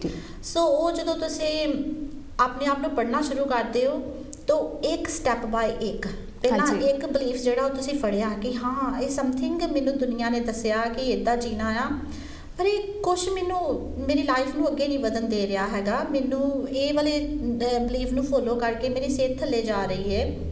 ਤਾਂ ਫਿਰ ਤੁਸੀਂ ਉਹਦੀ ਜਗ੍ਹਾ ਤੇ ਉਹਨੂੰ ਰਾਈਟ ਕਰੋ ਤਾਂ ਉਹਦੀ ਜਗ੍ਹਾ ਤੇ ਤੁਸੀਂ ਇੱਕ ਨਵੀਂ ਫਰੇਜ਼ ਬਣਾਓ ਤੇ ਫਿਰ ਆਪਣੇ ਆਪ ਨਾਲ ਸਿੰਗ ਕਰੋ। ਐਕਸ਼ਨ ਪਲਾਨ ਬਣਾਓ, ਐਕਸ਼ਨ ਲਵੋ, ਐਕਸ਼ਨਸ ਨੂੰ ਕੰਪਲੀਟ ਕਰੋ ਤੇ ਫਿਰ ਦੇਖੋ ਐਕਸ਼ਨ ਕੰਪਲੀਟ ਕਰਕੇ ਤੁਹਾਡਾ ਮੂਡ, ਤੁਹਾਡੀ ਐਨਰਜੀ, ਤੁਹਾਡੀਆਂ ਫੀਲਿੰਗਸ ਕਿੱਦਾਂ ਚੇਂਜ ਹੁੰਦੀਆਂ ਆ। ਉਸ ਹਿਸਾਬ ਨਾਲ ਤੁਸੀਂ ਸਾਰੀ ਲਾਈਫ ਨੂੰ ਹੌਲੀ ਚੇਂਜ ਕਰਨਾ ਆ। ਸੋ ਇਹਦੇ ਵਿੱਚ ਇਹ ਹੈਗਾ ਕਿ ਸਾਡੀ ਵੈਲਿਊਜ਼ ਵੀ ਆ ਜਾਂਦੀ ਆ। So we need to talk about our values ਕਿਉਂ ਇੰਪੋਰਟੈਂਟ ਨੇ ਤੇ ਵੈਲਿਊਜ਼ ਐਕਚੁਅਲੀ ਹੈ ਕੀ? ਸੋ ਵੈਲਿਊਜ਼ ਜਿਹੜੀਆਂ ਉਹ ਵੀ ਤੁਹਾਡੀ ਅੰਦਰ ਦੀ ਜਰਨੀ ਆ। ਕੋਈ ਤੁਹਾਨੂੰ ਕੁਛ ਕਹਿੰਦਾ ਆ ਤਾਂ ਉਹ ਤੁਹਾਨੂੰ ਗੱਲ ਚੰਗੀ ਲੱਗਦੀ ਆ ਤਾਂ ਤੁਹਾਡੀ ਵੈਲਿਊਜ਼ ਦੇ ਨਾਲ ਮੈਚ ਕਰਦੀ ਆ। ਕੋਈ ਤੁਹਾਨੂੰ ਕੁਛ ਕਹਿੰਦਾ ਆ ਤੁਹਾਨੂੰ ਗੱਲ ਨਹੀਂ ਚੰਗੀ ਲੱਗਦੀ, ਤੁਹਾਡੀ ਵੈਲਿਊਜ਼ ਦੇ ਨਾਲ ਮੈਚ ਨਹੀਂ ਕਰਦੀ। ਹੁਣ ਮੈਨੂੰ ਕੋਈ ਕਵੇ ਆ ਕੇ ਕਿ ਤੂੰ ਮੇਰੀ ਜੌਬ ਹੈਗੀ ਹੈ cooking, cleaning and pleasing the family.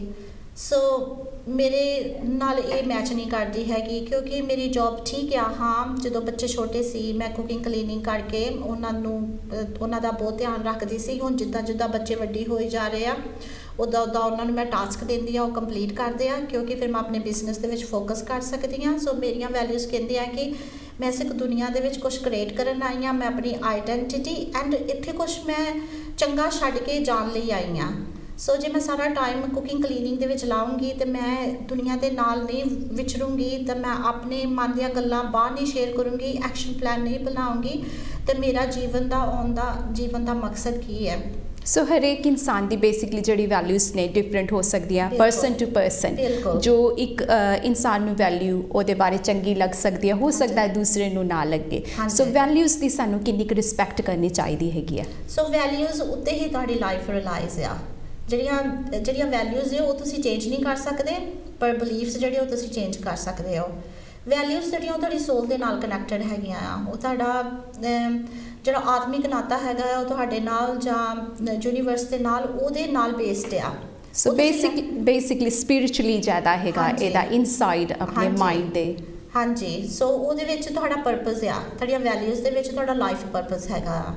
ਪਰ ਜਿਹੜੇ ਬਲੀਫਸ ਆ ਉਹ ਸੋਸਾਇਟੀ ਤੁਹਾਨੂੰ ਦਿੰਦੀ, ਉਹ ਤੁਸੀਂ ਅੱਖਾਂ ਦੇ ਨਾਲ ਦੇਖਿਆ, ਕੰਨਾਂ ਨਾਲ ਸੁਣਿਆ, ਤਾਂ ਤੁਸੀਂ ਉਹਨੂੰ ਆਪਣੇ ਅੰਦਰ ਜਿੱਦਾਂ ਵੀ ਟਰਾਂਸਲੇਟ ਕੀਤਾ ਉਹ ਇੱਕ ਬਲੀਫ ਬਣ ਗਿਆ। ਤਾਂ ਉਹਨੂੰ ਤੁਸੀਂ ਜਿੱਦਾਂ ਤੁਹਾਡੀ ਲਾਈਫ ਵਧੀ ਜਾ ਰਹੀ ਹੈ ਤੁਸੀਂ ਉੱਦਾਂ ਤੁਹਾਨੂੰ ਉਹਨੂੰ ਰਿਪਲੇਸ ਕਰਨਾ ਪੈਂਦਾ ਆ। ਤੁਸੀਂ ਸਾਰਾ ਜੀਵਨ ਇੱਕ ਫਰੋਜ਼ਨ ਇਨ ਟਾਈਮ ਦੇ ਨਾਲ ਨਹੀਂ ਕੱਢ ਸਕਦੇ ਕਿਉਂਕਿ ਪਹਿਲਾਂ ਮੈਂ ਇੱਕ ਬੇਟੀ ਸੀ, ਫਿਰ ਮੈਂ ਵਾਈਫ ਬਣੀ, ਫਿਰ ਮੈਂ ਮਦਰ, ਐਂਡ ਹੁਣ ਮੈਂ ਬਿਜ਼ਨਸ ਲੈਦੀ ਹਾਂ। ਸੋ ਮੇਰੇ ਬਲੀਫਸ ਹਮੇਸ਼ਾ ਚੇਂਜ ਹੋਈ ਜਾ ਰਹੇ ਆ ਟਾਈਮ ਤੇ ਇਹ ਕਿੱਦਾਂ ਪਤਾ ਲੱਗਦਾ ਵੀ ਸਾਡੇ ਬਿਲੀਵਸ ਜਿਹੜੇ ਨੇ ਕਿਸੇ ਤੇ ਅਫੈਕਟ ਕਰ ਰਹੇ ਨੇ ਕਿ ਨਹੀਂ ਕਰ ਰਹੇ। ਸਮਟਾਈਮ ਵੀ ਸਾਡੇ ਬਿਲੀਵਸ ਦੂਸਰਿਆਂ ਨੂੰ ਅਫੈਕਟ ਕਰਦੇ ਨੇ ਪਰ ਅਸੀਂ ਸੋਚਦੇ ਹਾਂ this is my believe. Yes, so basically ਤੁਹਾਡੇ ਬਿਲੀਵਸ ਜੇ ਤੁਸੀਂ ਇੱਦਾਂ ਦੇਖਣ ਲੱਗ ਪੈਂਦੇ ਹੋ ਕਿ ਤੁਹਾਡੇ ਬਲੀਫਸ ਜਿਹੜੇ ਦੂਸਰਿਆਂ ਨੂੰ ਨੈਗੇਟਿਵਲੀ ਤਾਂ ਅਫੈਕਟ ਨਹੀਂ ਕਰ ਰਹੇ ਹੈਗੇ, ਹੋ ਸਕਦਾ ਇਹ ਨੈਗੇਟਿਵ ਅਫੈਕਟ ਕਰਨ ਕਿਉਂਕਿ ਜਿਹੜੇ ਪੀਪਲ ਤੁਹਾਡੇ ਤੋਂ ਐਕਸਪੈਕਟੇਸ਼ਨ ਜਿਹੜੀ ਹੁੰਦੀ ਹੈ, ਹਾਂਜੀ ਉਹ ਤੁਹਾਡੇ ਤੋਂ ਐਕਸੈਪਟ ਕਰਦੇ ਆ ਕਿ ਇਹ ਤੁਸੀਂ ਆਪਣੀ ਲਾਈਫ ਉਹਨਾਂ ਦੇ ਤਰੀਕੇ ਨਾਲ ਜੀਵੋ, ਔਰ ਉਹ ਸੋਚਦੇ ਕਿ ਤੁਹਾਡੀ ਰਿਸਪੌਂਸਿਬਿਲਿਟੀ ਇਹ ਆ। ਜੇ ਤੁਸੀਂ ਉਹ ਰਿਸਪੌਂਸਿਬਿਲਿਟੀ ਨਹੀਂ ਨਿਭਾ ਸਕਦੇ ਤਾਂ ਓਬਵੀਅਸਲੀ ਉਹਨਾਂ ਦੇ ਲਈ ਤੁਸੀਂ ਇੱਕ ਨੈਗੇਟਿਵ ਜੀ। ਚਲੋ ਇਹ ਤੇ ਗੱਲ ਹੋਈ। ਤੇ ਇੱਕ ਹੁੰਦੀ ਹੈ ਸਾਡੀ 6 pillars of well balance life, ਜੋ ਕਿ ਬਹੁਤ ਅਹਿਮ ਹੈਗੀ ਹੈ ਸਾਡੀ ਲਾਈਫ ਦੇ ਵਿੱਚ। ਤੇ ਉਹਦੇ ਬਾਰੇ ਤੁਸੀਂ ਸਾਨੂੰ ਦੱਸੋ ਵੀ ਜਿਹੜੀ ਹੈ 6 ਬੈਲੈਂਸ ਲਾਈਫ ਜਿਹੜੀ ਸਾਡੀ ਹੈਗੀ ਹੈ ਉਹ ਕੀ ਹੈਗੀ ਹੈ। ਜਦੋਂ ਮੈਂ ਪਹਿਲਾਂ ਆਪਣੇ ਬਾਰੇ ਵਿੱਚ ਲਰਨ ਕਰਨਾ ਸ਼ੁਰੂ ਕੀਤਾ ਸੀ, ਹਾਂਜੀ, ਤੇ ਮੈਂ 4 ਪਿਲਰਸ ਨੂੰ ਲੈ ਕੇ ਚੱਲਦੀ ਸੀ ਜਿੱਦਾਂ ਤੁਸੀਂ ਕਿਹਾ ਆ। ਉਹਦੇ ਵਿੱਚ emotional, mental, physical and spirituality ਸੀ। ਹਾਂਜੀ, ਪਰ ਜਦੋਂ ਮੈਂ ਦੇਖਿਆ ਕਿ ਇਹਦੇ ਨਾਲ ਤਾਂ ਮੇਰਾ ਘਰ ਦਾ ਮਾਹੌਲ ਬਹੁਤ ਵਧੀਆ ਆ, ਮੇਰੇ ਜਿੱਦਾਂ ਮੈਂ ਇੱਕ ਅੱਛੀ ਵਾਈਫ, ਇੱਕ ਮਾਂ ਦਾ ਰੋਲ ਨਿਭਾ ਰਹੀ ਹਾਂ। ਹਾਂਜੀ, ਪਰ ਜਦੋਂ ਮੈਂ ਸੋਚਿਆ ਕਿ ਨਹੀਂ ਮੈਨੂੰ ਕੁਝ ਮਿਸਿੰਗ ਲੱਗਿਆ ਉਹਦੇ ਵਿੱਚ, ਤੇ ਫਿਰ ਮੈਂ 2 ਵੈਲਿਊਜ਼ ਹੋਰ ਐਡ ਕੀਤੀਆਂ ਜਿਹਦੇ ਵਿੱਚ ਸੋਸ਼ਲ ਐਂਡ ਫਾਈਨੈਂਸ਼ੀਅਲ।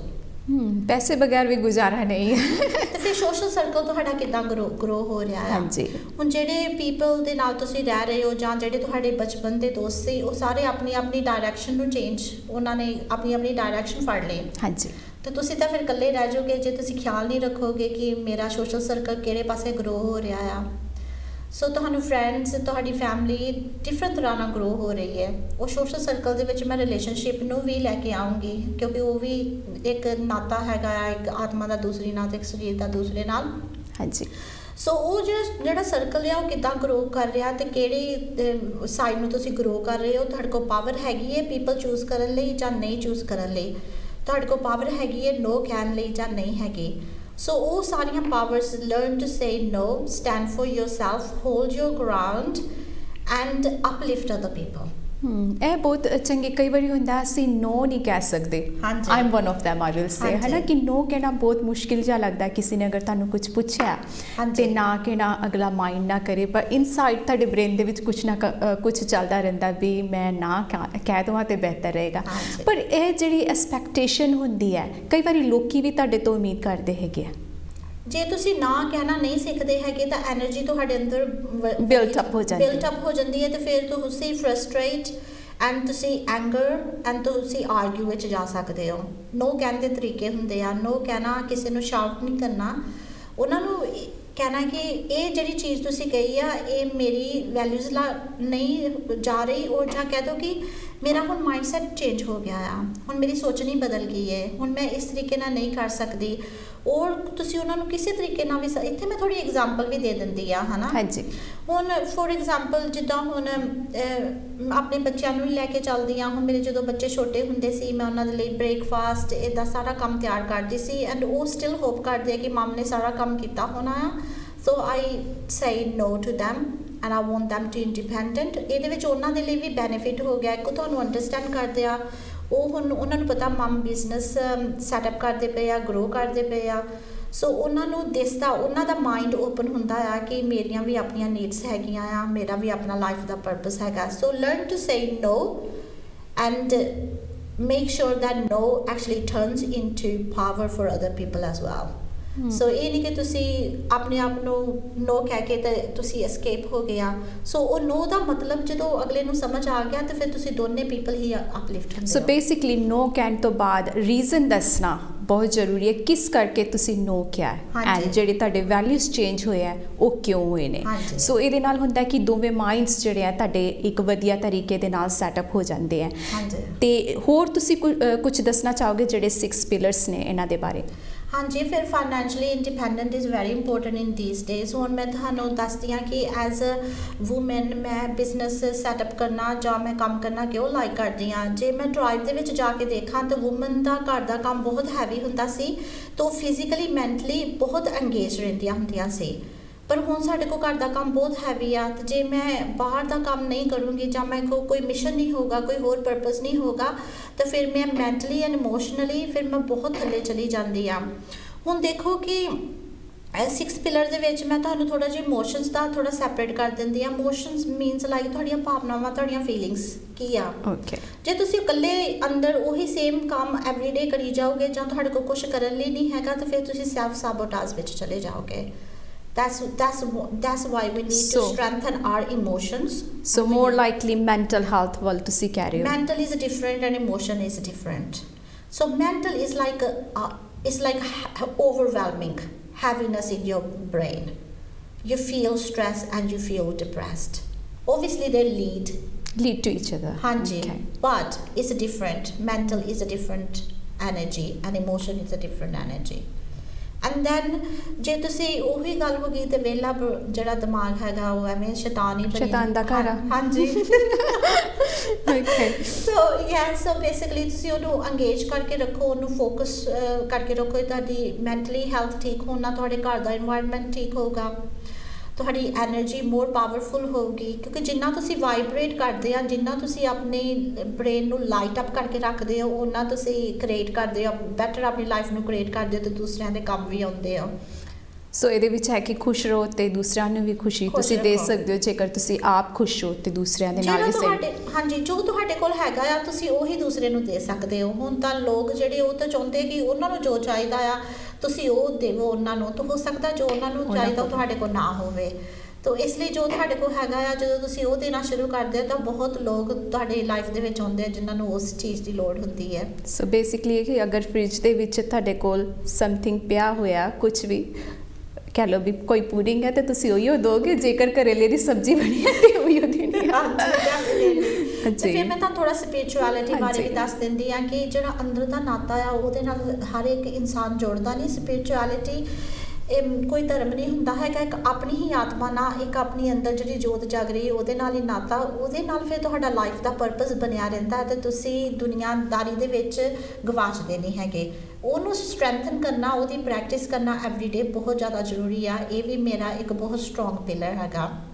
ਫਿਰ ਮੈਂ ਤੁਹਾਨੂੰ 4th ਪਿਲਰ ਵੱਲ ਲੈ ਕੇ ਜਾਂਦੀ ਹਾਂ, ਫਿਜ਼ੀਕਲੀ। ਤੁਹਾਡੀ ਬੋਡੀ ਲਈ ਤੁਸੀਂ ਕੀ ਕਰ ਰਹੇ ਹੋ, ਤੁਸੀਂ ਕੀ ਖਾਂਦੇ ਹੋ, ਤੁਸੀਂ ਕਿੰਨੀ ਕੁ ਐਕਸਰਸਾਈਜ਼ ਕਰ ਰਹੇ ਹੋ, ਤੁਸੀਂ ਜੇ ਆਫਿਸ ਦੇ ਵਿੱਚ ਕੰਮ ਕਰਦੇ ਹੋ ਕਿ ਤੁਸੀਂ ਆਪਣੀ ਬੋਡੀ ਨੂੰ ਥੋੜ੍ਹਾ ਟਾਈਮ ਦੇ ਰਹੇ ਹੋ।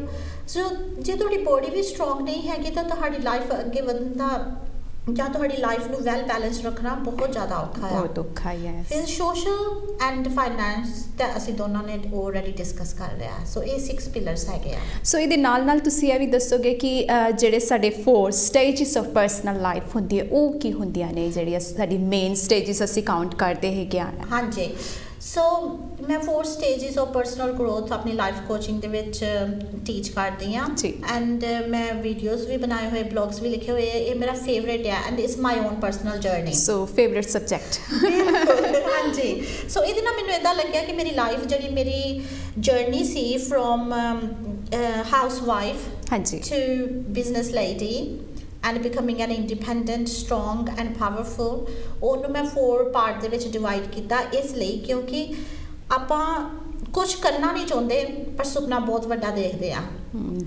ਹਨਾ ਉਹਦੇ ਨਾਲ ਅਸੀਂ ਓਵਰਵੈਲਮਡ ਲਾਈਕ ਬਹੁਤ ਹੈਵੀ ਫੀਲ ਕਰਦੇ ਆ ਤੇ ਫਿਰ ਸਾਡਾ ਹੋਰ ਵੀ ਕੁਝ ਕਰਨ ਨੂੰ ਦਿਲ ਨਹੀਂ ਕਰਦਾ ਸੋ ਟੂ ਮਚ ਸਾਡੇ ਅੰਦਰ ਜਿਹੜਾ ਹੈਗਾ ਕਿ ਬਸ ਸੋਚੀ ਜਾਂਦੇ ਆ ਪਰ ਕਰਦੇ ਨਹੀਂ ਡੈਫੀਨੇਟਲੀ ਕਿਉਂਕਿ ਸਾਡਾ ਸੁਪਨਾ ਬਹੁਤ ਜ਼ਿਆਦਾ ਵੱਡਾ ਹੈ ਤਾਂ ਸਾਨੂੰ ਪਤਾ ਨਹੀਂ ਕਿੱਥੋਂ ਸ਼ੁਰੂ ਕਰਨਾ ਸਟੇजेस ਨਹੀਂ ਪਤਾ ਕਿਸ ਤਰੀਕੇ ਦੇ ਨਾਲ ਉਹਨਾਂ ਨੂੰ ਕਰੀਏ ਸੋ ਫਸਟ ਸਾਡੀ ਆ ਗਈ ਕੰਫਰਟ ਜ਼ੋਨ ਦੀ ਨਿਸ਼ਾਨੀ ਇਹ ਹੈ ਕਿ ਤੁਸੀਂ ਤੁਹਾਡੀ ਐਵਰੇਜ ਲਾਈਫ ਹੋਊਗੀ ਤੁਹਾਡੇ ਕੋਲ ਹੋ ਸਕਦਾ ਸਾਰਾ ਕੁਝ ਹੋਵੇ ਪਰ ਤੁਹਾਡਾ ਬ੍ਰੇਨ ਨਹੀਂ ਸਟਿਮੂਲੇਟ ਹੋ ਰਿਹਾ ਉਹ ਲਾਈਫ ਜਿਹੜੀ ਆਲਰੇਡੀ ਪਲਾਨ ਕੀਤੀ ਬਈ ਤੁਹਾਡੇ ਲਈ ਪਲਾਨ ਕੀਤੀ ਹੋਈ ਆ ਸੋ ਤੁਹਾਡਾ ਬ੍ਰੇਨ ਨਹੀਂ ਸਟਿਮੂਲੇਟ ਹੋ ਰਿਹਾ ਤੁਹਾਡੇ ਨਿਊਰੋਨਸ ਜਿਹੜੇ ਆ ਉਹ ਤੁਹਾਡੇ ਸ਼ਟ ਹੋ ਗਏ ਆ ਜਿਹਦੇ ਨਾਲ ਤੁਸੀਂ ਮਿਜ਼ਰੇਬਲ ਫੀਲ ਕਰਦੇ ਹੋ ਤੁਹਾਡੀ ਆਪਣੇ ਆਪ ਨਾਲ ਰਿਲੇਸ਼ਨਸ਼ਿਪ ਖਰਾਬ ਹੋ ਰਹੀ ਹੈ ਫਿਰ ਤੁਹਾਡੀ ਰਿਲੇਸ਼ਨਸ਼ਿਪ ਜਿਹੜੇ ਤੁਹਾਡੇ ਨਾਲ ਰਹਿੰਦੇ ਆ ਤੁਹਾਡੇ ਵਰਕ ਵਾਲੇ ਜਾਂ ਫੈਮਿਲੀ ਮੈਂਬਰ ਉਹਨਾਂ ਨਾਲ ਖਰਾਬ ਹੋ ਰਹੀ ਹੈ ਫਿਰ ਤੁਹਾਡੀ ਹੈਲਥ 'ਤੇ ਬਹੁਤ ਨੁਕਸਾਨ ਹੋ ਰਿਹਾ ਆ ਬਿਕੋਜ਼ ਤੁਸੀਂ ਅੰਦਰੋਂ ਐਮਟੀ ਹੋ ਰਹੇ ਹੋ ਇਹ ਸਾਰੀਆਂ ਕੰਫਰਟ ਜ਼ੋਨ ਦੀਆਂ ਨਿਸ਼ਾਨੀਆਂ ਇਹਦੇ ਵਿੱਚ ਮੈਂ 5 ਪੁਆਇੰਟ ਤੁਹਾਨੂੰ ਦੱਸ ਦੂੰਗੀ ਇਹਦੇ 'ਚ ਫੀਅਰ ਹੈਗਾ ਗਿਲਟ ਹੈਗਾ ਵੈਲੀਡੇਸ਼ਨਸ ਹੈਗੀ ਆ shaming and blaming okay so 올 together ਜਿਹੜਾ ਉਹ ਤੁਹਾਡੇ ਕੰਫਰਟ ਜ਼ੋਨ ਦੇ ਵਿੱਚ ਆ ਜਾਂਦਾ ਹੈ ਹਾਂਜੀ ਇਹ ਸਾਰੀਆਂ ਕੰਫਰਟ ਜ਼ੋਨ ਦੀਆਂ ਨਿਸ਼ਾਨੀਆਂ ਡਰ ਲੱਗਣਾ ਪਿੱਛੇ ਹਟ ਜਾਣਾ ਜੋ ਪਿੱਛੇ ਗਲਤੀ ਹੋ ਗਈ ਉਹਨੂੰ ਛੱਡਣਾ ਨਹੀਂ ਉਹਨੂੰ ਬਸ ਪਿਛਲੀਆਂ ਹੀ ਗੱਲਾਂ ਕਰੀ ਜਾਣੀਆਂ ਉਹਨੂੰ ਰਿਪੀਟ ਕਰਨਾ ਵੀ ਇਹ ਕਿਧਰੇ ਹੋ ਸਕਦਾ ਅਗਰ ਮੈਂ ਕਰਾਂ ਤੇ ਫਿਰ ਦੁਬਾਰਾ ਨਾ ਇਸ ਤਰੀਕੇ ਦੇ ਨਾਲ ਹੋ ਜਾਏ ਹਾਂਜੀ ਬਿਲਕੁਲ ਤੇ ਫਿਰ ਸ਼ੇਮਿੰਗ ਜਿੱਦਾਂ ਫਿਰ ਜਦੋਂ ਅੰਦਰ ਖਾਲੀ ਹੈ ਤੇ ਫਿਰ ਅਸੀਂ ਬਾਹਰ ਨਹੀਂ ਆਪਣੇ ਆਪ ਨੂੰ ਲਾਈਕ ਕਰਦੇ ਹੈਗੇ ਸਾਨੂੰ ਆਪਣੇ ਹੀ ਜਿੱਦਾਂ ਵਿੱਚ ਸਰੀਰ ਦੇ ਵਿੱਚ ਹੀ ਨੁਕਸ ਲੱਭਣੇ ਜਿੱਦਾਂ ਬਹੁਤ ਲੱਭਦੇ ਆ ਤੇ ਫਿਰ ਅਸੀਂ ਦੂਸਰਿਆਂ ਨੂੰ ਬਹੁਤ ਬਲੇਮ ਕਰਦੇ ਹਾਂ ਅਸੀਂ ਸੋਚਦੇ ਹਾਂ ਕਿ ਇਹ people like these people making our life hell that's another thing ਪਰ ਇਹ ਸਾਰੀਆਂ ਕੰਫਰਟ ਜ਼ੋਨ ਦੀਆਂ ਨਿਸ਼ਾਨੀਆਂ ਕਿ ਅਸੀਂ ਰਿਸਪੌਂਸਿਬਿਲਿਟੀ ਨਹੀਂ ਲਈ ਆਪਣੀ ਲਾਈਫ ਨੂੰ ਜਿਹੜਾ ਇੱਕ ਸਾਡੇ ਲਈ ਸਰਕਲ ਬਣਾਇਆ ਸੀ ਉਹਦੇ ਵਿੱਚ ਹੀ ਅਸੀਂ ਕੰਫਰਟ ਹੋ ਕੇ ਬੈਠ ਗਏ ਆ ਹੁਣ ਸਾਡਾ ਬ੍ਰੇਨ ਸਟਿਮੂਲੇਟ ਨਹੀਂ ਕਰ ਰਿਹਾ ਸਾਡੇ ਨਿਊਰੋਪੈਥਸ ਜਿਹੜੇ ਆ ਉਹ ਸ਼ਟ ਹੋ ਗਏ ਆ ਤੇ ਫਿਰ ਅਸੀਂ ਇਹ ਸਾਰੀਆਂ ਪ੍ਰੋਬਲਮ ਉੱਥੋਂ ਸ਼ੁਰੂ ਹੁੰਦੀਆਂ ਸੋ ਜਦੋਂ ਤੁਸੀਂ ਉਹ ਤੋਂ ਸਟੈਪ ਆਊਟ ਕਰਨਾ ਆ ਸਭ ਤੋਂ ਪਹਿਲਾਂ ਤੁਹਾਨੂੰ ਆਪਣੇ ਫੀਅਰ ਦੇ ਨਾਲ ਹੀ ਕਨੈਕਟ ਕਰਨਾ ਹੁੰਦਾ ਆ ਇਹਨੂੰ ਮੈਂ ਫੀਅਰ ਜ਼ੋਨ ਕਹਿੰਦੀ ਆ ਸੋ ਬੇਸਿਕਲੀ ਤੁਹਾਨੂੰ ਆਪਣੇ ਫੇਅਰ ਦੇ ਨਾਲ ਲੜਾਈ ਕਰਨੀ ਹੈ ਇੱਕ ਕਿਸਮ ਦੀ ਜਿਹੜਾ ਡੀਮਨ ਤੁਸੀਂ ਅੰਦਰ ਕ੍ਰੀਏਟ ਕੀਤਾ ਅੰਦਰ ਜਿਹੜਾ ਸ਼ੈਤਾਨ ਬੈਠਾ ਉਹਦੇ ਨਾਲ ਲੜਨਾ ਤਾਂ ਉਹ ਬਹੁਤ ਦੂਸਰੇ ਲੋਕਾਂ ਦੇ ਥਰੂ ਆਉਂਦਾ ਆ ਬਿਕਾਜ਼ ਕਿਤੇ ਯੋਰ ਥੋਟ ਕ੍ਰੀਏਟਸ ਯੋਰ ਰਿਐਲਿਟੀ ਐਬਸੋਲੂਟਲੀ ਜੋ ਅਸੀਂ ਸੋਚਦੇ ਹਾਂ ਉਹ ਸਾਡੇ ਬ੍ਰੇਨ 'ਚ ਸਾਡੇ ਬ੍ਰੇਨ 'ਚ ਚੱਲ ਰਿਹਾ ਕਿਸੇ ਹੋਰ ਦੇ ਬ੍ਰੇਨ 'ਚ ਨਹੀਂ ਚੱਲ ਰਿਹਾ ਤੇ ਉਹਦੇ ਨਾਲ ਅਸੀਂ ਹੀ ਉਹਦਾ ਸਾਹਮਣਾ ਕਰਨਾ ਹੈਗਾ ਡੈਫੀਨੇਟਲੀ ਹਾਂਜੀ ਸੋ ਯੋਰ ਥੋਟਸ ਕ੍ਰੀਏਟ ਯੋਰ ਰਿਐਲਿਟੀ ਸੋ ਦ ਫੀਅਰ ਜਿਹੜਾ ਇਨਸਾਈਡ ਸੀਗਾ ਉਹ ਨਾਓ you want to face your fear and the fear is coming through circumstances and people ਅਤੇ ਇਹਦੇ ਵਿੱਚ ਰਿਸ਼ਤੇਦਾਰੀਆਂ ਬਹੁਤ ਬ੍ਰੇਕ ਵੀ ਹੋ ਸਕਦੀਆਂ ਆ ਬਹੁਤ ਪ੍ਰੋਬਲਮ ਆ ਸਕਦੀ ਹੈ ਉਹਦੇ 'ਚ ਸਭ ਤੋਂ ਵੱਡਾ ਡਰ ਹੈਗਾ ਜੋ ਹੈਗਾ ਉਹ ਨਾ ਖੁੱਸ ਜੇ ਕਈ ਵਾਰੀ ਇੱਦਾਂ ਹੁੰਦਾ ਨਾ ਮਨਿੰਦਰ ਅਸੀਂ ਕੁਝ ਅਚੀਵ ਕਰਨਾ ਚਾਹੁੰਦੇ ਆ ਅਸੀਂ ਸੋਚਦੇ ਹਾਂ ਵੀ ਅਗਰ ਮੈਂ ਇਹ ਕਰ ਲਿਆ ਤੇ ਸ਼ਾਇਦ ਜੋ ਮੇਰੇ ਕੋਲ ਹੈਗਾ ਉਹ ਵੀ ਨਾ ਚਲਾ ਜਾਏ ਬਿਲਕੁਲ ਹਾਂਜੀ ਉਹਦਾ ਫੇਅਰ ਜਿਹੜਾ ਹੁੰਦਾ ਉਹ ਜ਼ਿਆਦਾ ਹੁੰਦਾ ਕਿ rather than we are trying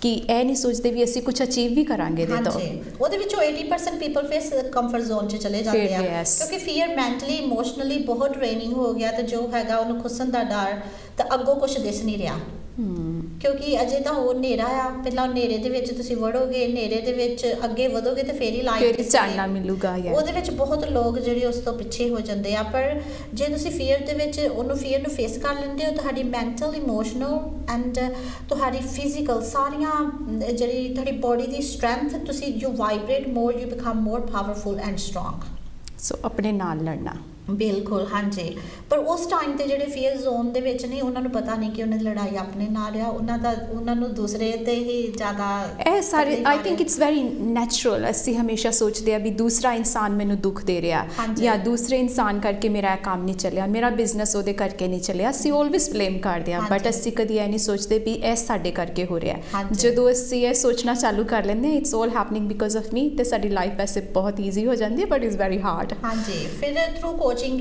ਮੈਂ ਇਹ ਸੈਪਰੇਟ ਕਰਕੇ ਦੱਸਦੀ ਹਾਂ ਤਾਂ ਉਹਦੇ ਵਿੱਚ ਮੈਂ ਚਾਹੁੰਦੀ ਹਾਂ ਕਿ ਇਹ ਸਾਰਾ ਕੁਝ ਅੰਡਰਸਟੈਂਡ ਕਰਨ ਲੋਕ ਜਿਹੜੇ ਕੰਫਰਟ ਜ਼ੋਨ ਤੋਂ ਬਾਹਰ ਨਿਕਲ ਰਹੇ ਨੇ ਹਾਂਜੀ ਫਿਰ ਉਹਨਾਂ ਦੇ ਲਈ ਜਰਨੀ ਈਜ਼ੀ ਹੋ ਜਾਏਗੀ ਜਿਹੜਾ ਉਹ ਟਾਈਮ ਇੰਨਾ ਵੇਸਟ ਕਰ ਰਹੇ ਆ ਦੂਸਰਿਆਂ ਨੂੰ ਐਕਸਪਲੇਨ ਕਰਨ ਲਈ ਫਿਰ ਉਹ ਅੰਡਰਸਟੈਂਡ ਕਰਨਗੇ ਕਿ ਨਹੀਂ it's our own reflection our fear is our own reflection and people come to stop you they are your own reflection so ਜਦੋਂ ਤੁਸੀਂ ਖੜੇ ਹੋ ਜਾਂਦੇ ਹੋ ਤੁਸੀਂ ਪਾਵਰਫੁਲ ਆ ਤੁਸੀਂ ਬਹੁਤ ਵੱਡਾ ਸਟੈਪ ਕ੍ਰੀਏਟ ਕੀਤਾ ਤੁਹਾਡੀ ਲਾਈਫ ਈਜ਼ੀ ਹੋਣੀ ਸ਼ੁਰੂ ਹੋ ਜਾਂਦੀ ਹੈ ਫਿਰ ਤੁਸੀਂ ਲਰਨਿੰਗ ਜ਼ੋਨ ਤੇ ਚਲੇ ਜਾਂਦੇ ਹੋ ਓਕੇ ਜੋ ਪਿੱਛੇ ਹੁਣ ਤੋਂ ਖੁੱਸ ਗਿਆ ਕਿਉਂਕਿ ਤੁਸੀਂ ਇਟਸ ਗੋਨ ਸੋ ਜਿਹੜਾ ਆਉਣ ਵਾਲਾ ਟਾਈਮ ਹੈ ਉਹ ਦੇਖੀਏ ਕਿ what's going to be happen in that what we going to learn ਹਾਂਜੀ ਹਾਂਜੀ ਫਿਰ ਉਹ ਲਰਨਿੰਗ ਜ਼ੋਨ ਤੇ ਆ ਗਏ ਫਿਰ ਤੁਸੀਂ ਬਹੁਤ you need a new skills you need to develop your mental emotional power here ਤੁਸੀਂ ਰੋਲ ਮਾਡਲ ਬਣਾਉਂਦੇ ਆ ਲੋਕਾਂ ਨੂੰ ਬਹੁਤ ਸਰਚ ਕਰਦੇ ਹੋ ਫਿਰ ਤੁਸੀਂ ਦੂਸਰੇ ਨੂੰ ਕਾਪੀ ਕਰਨ ਦੀ ਕੋਸ਼ਿਸ਼ ਕਰਦੇ ਹੋ ਪਰ ਤੁਹਾਡੀ ਵੈਲਿਊਜ਼ ਨਾਲ ਮੈਚ ਨਹੀਂ ਕਰਦਾ ਬਿਕੋਜ਼ ਤੁਸੀਂ ਇੱਕ ਬਹੁਤ ਵੱਡਾ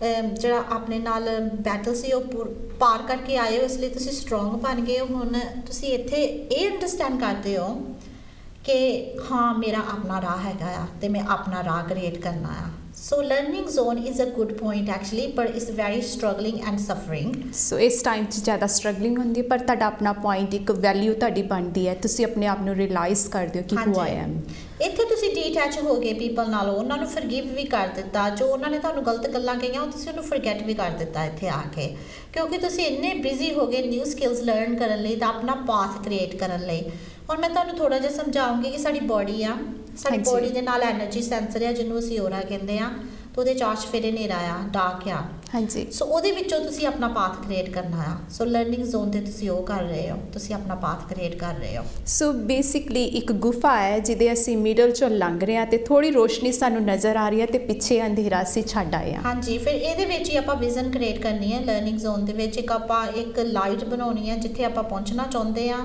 ਜਿਹੜੀ ਤੁਸੀਂ ਹੁਣੇ ਗੱਲ ਕਹੀ ਆ ਜਦੋਂ ਤੁਹਾਡੀ ਵਿਜ਼ਨ ਬਣਨੀ ਸ਼ੁਰੂ ਹੋ ਜਾਂਦੀ ਹੈ ਫਿਰ ਤੁਸੀਂ ਉਹਦੇ ਵਿੱਚ ਕਲੈਰਿਟੀ ਲੈ ਕੇ ਆਓਗੇ ਤੇ ਫਿਰ ਜਦੋਂ ਤੁਹਾਡੀ ਕਲੈਰਿਟੀ ਆਉਣੀ ਸ਼ੁਰੂ ਹੋ ਜਾਂਦੀ ਹੈ ਤੁਹਾਡਾ ਫੋਕਸ ਇੰਪਰੂਵ ਹੁੰਦਾ ਆ ਫਿਰ ਤੁਸੀਂ ਲਾਈਫ ਦੇ ਵਿੱਚ ਅੱਗੇ ਵਧਣਾ ਸ਼ੁਰੂ ਹੋ ਜਾਂਦੇ ਹੋ ਫਿਰ ਤੁਸੀਂ ਗਰੋਥ ਜ਼ੋਨ ਤੇ ਚਲੇ ਜਾਂਦੇ ਹੋ ਸੋ ਗਰੋਥ ਜ਼ੋਨ ਜਿਹੜਾ ਆ ਉਹ ਬਹੁਤ ਹੀ ਪਾਵਰਫੁਲ ਕਹਿੰਦੇ ਜਦੋਂ ਤੁਸੀਂ ਇੱਕ ਕਦਮ ਚੁੱਕਿਆ ਤਾਂ ਫਿਰ ਯੂਨੀਵਰਸ ਤੁਹਾਡੇ ਬਾਕੀ ਸਾਰੇ ਕਦਮ ਜਿਹੜੇ ਆ ਉਹ ਪੂਰੇ ਕਰ ਦਿੰਦੀ ਹੈ ਫਿਰ ਤੁਸੀਂ ਮੈਗਨੇਟ ਬਣ ਜਾਂਦੇ ਹੋ ਕਿਉਂਕਿ ਤੁਹਾਡੇ ਅੰਦਰ ਇੱਕ ਐਨਰਜੀ ਕ੍ਰੀਏਟ ਹੋ ਗਈ ਇੱਕ ਤੁਸੀਂ ਬਲੀਫ ਸਿਸਟਮ ਇੱਕ ਨੌਲੇਜ ਇੱਕ ਪਾਥ ਕ੍ਰੀਏਟ ਕਰਤਾ ਫਿਰ ਯੂਨੀਵਰਸ ਤੁਹਾਨੂੰ ਤੁਹਾਡੇ ਰਾਹ ਦੇ ਵਿੱਚ ਤੁਹਾਡੀ ਮਦਦ ਹਾਂਜੀ ਸਰਕਮਸਟੈਂਸਸ ਲੋਕ ਹੁੰਦੇ ਆ ਜਿਹੜੇ ਤੁਹਾਨੂੰ ਇੱਕ ਬਹੁਤ ਸੋਹਣਾ ਦਰਖਤ ਬਣਾਉਣ ਦੇ ਲਈ ਕਹਿ ਦਿਓ ਕਿ ਇੱਕ flowers and fruit the tree ਹਾਂਜੀ ਉਹ ਤੁਸੀਂ ਇਦਾਂ ਦੇ ਬਣ ਜਾਂਦੇ ਹੋ ਜਿਹਨੂੰ ਤੋਂ ਫਰੂਟ ਤੋੜਨ ਲਈ ਲੋਕ ਪੱਥਰ ਵੀ ਮਾਰਦੇ ਸੋਟੀ ਵੀ ਮਾਰਦੇ ਆ ਪਰ ਉਹਨੂੰ ਕੋਈ ਫਰਕ ਨਹੀਂ ਪੈਂਦਾ ਉਹ ਉਸੇ ਤਰ੍ਹਾਂ ਮੁਸਕਰਾਉਂਦਾ ਆਪਣੀ ਸ਼ਾਨ ਨੇ ਧੁੱਪ ਹੋਏ ਛਾਂ ਹੋਏ ਇੱਕ ਦਰਖਤ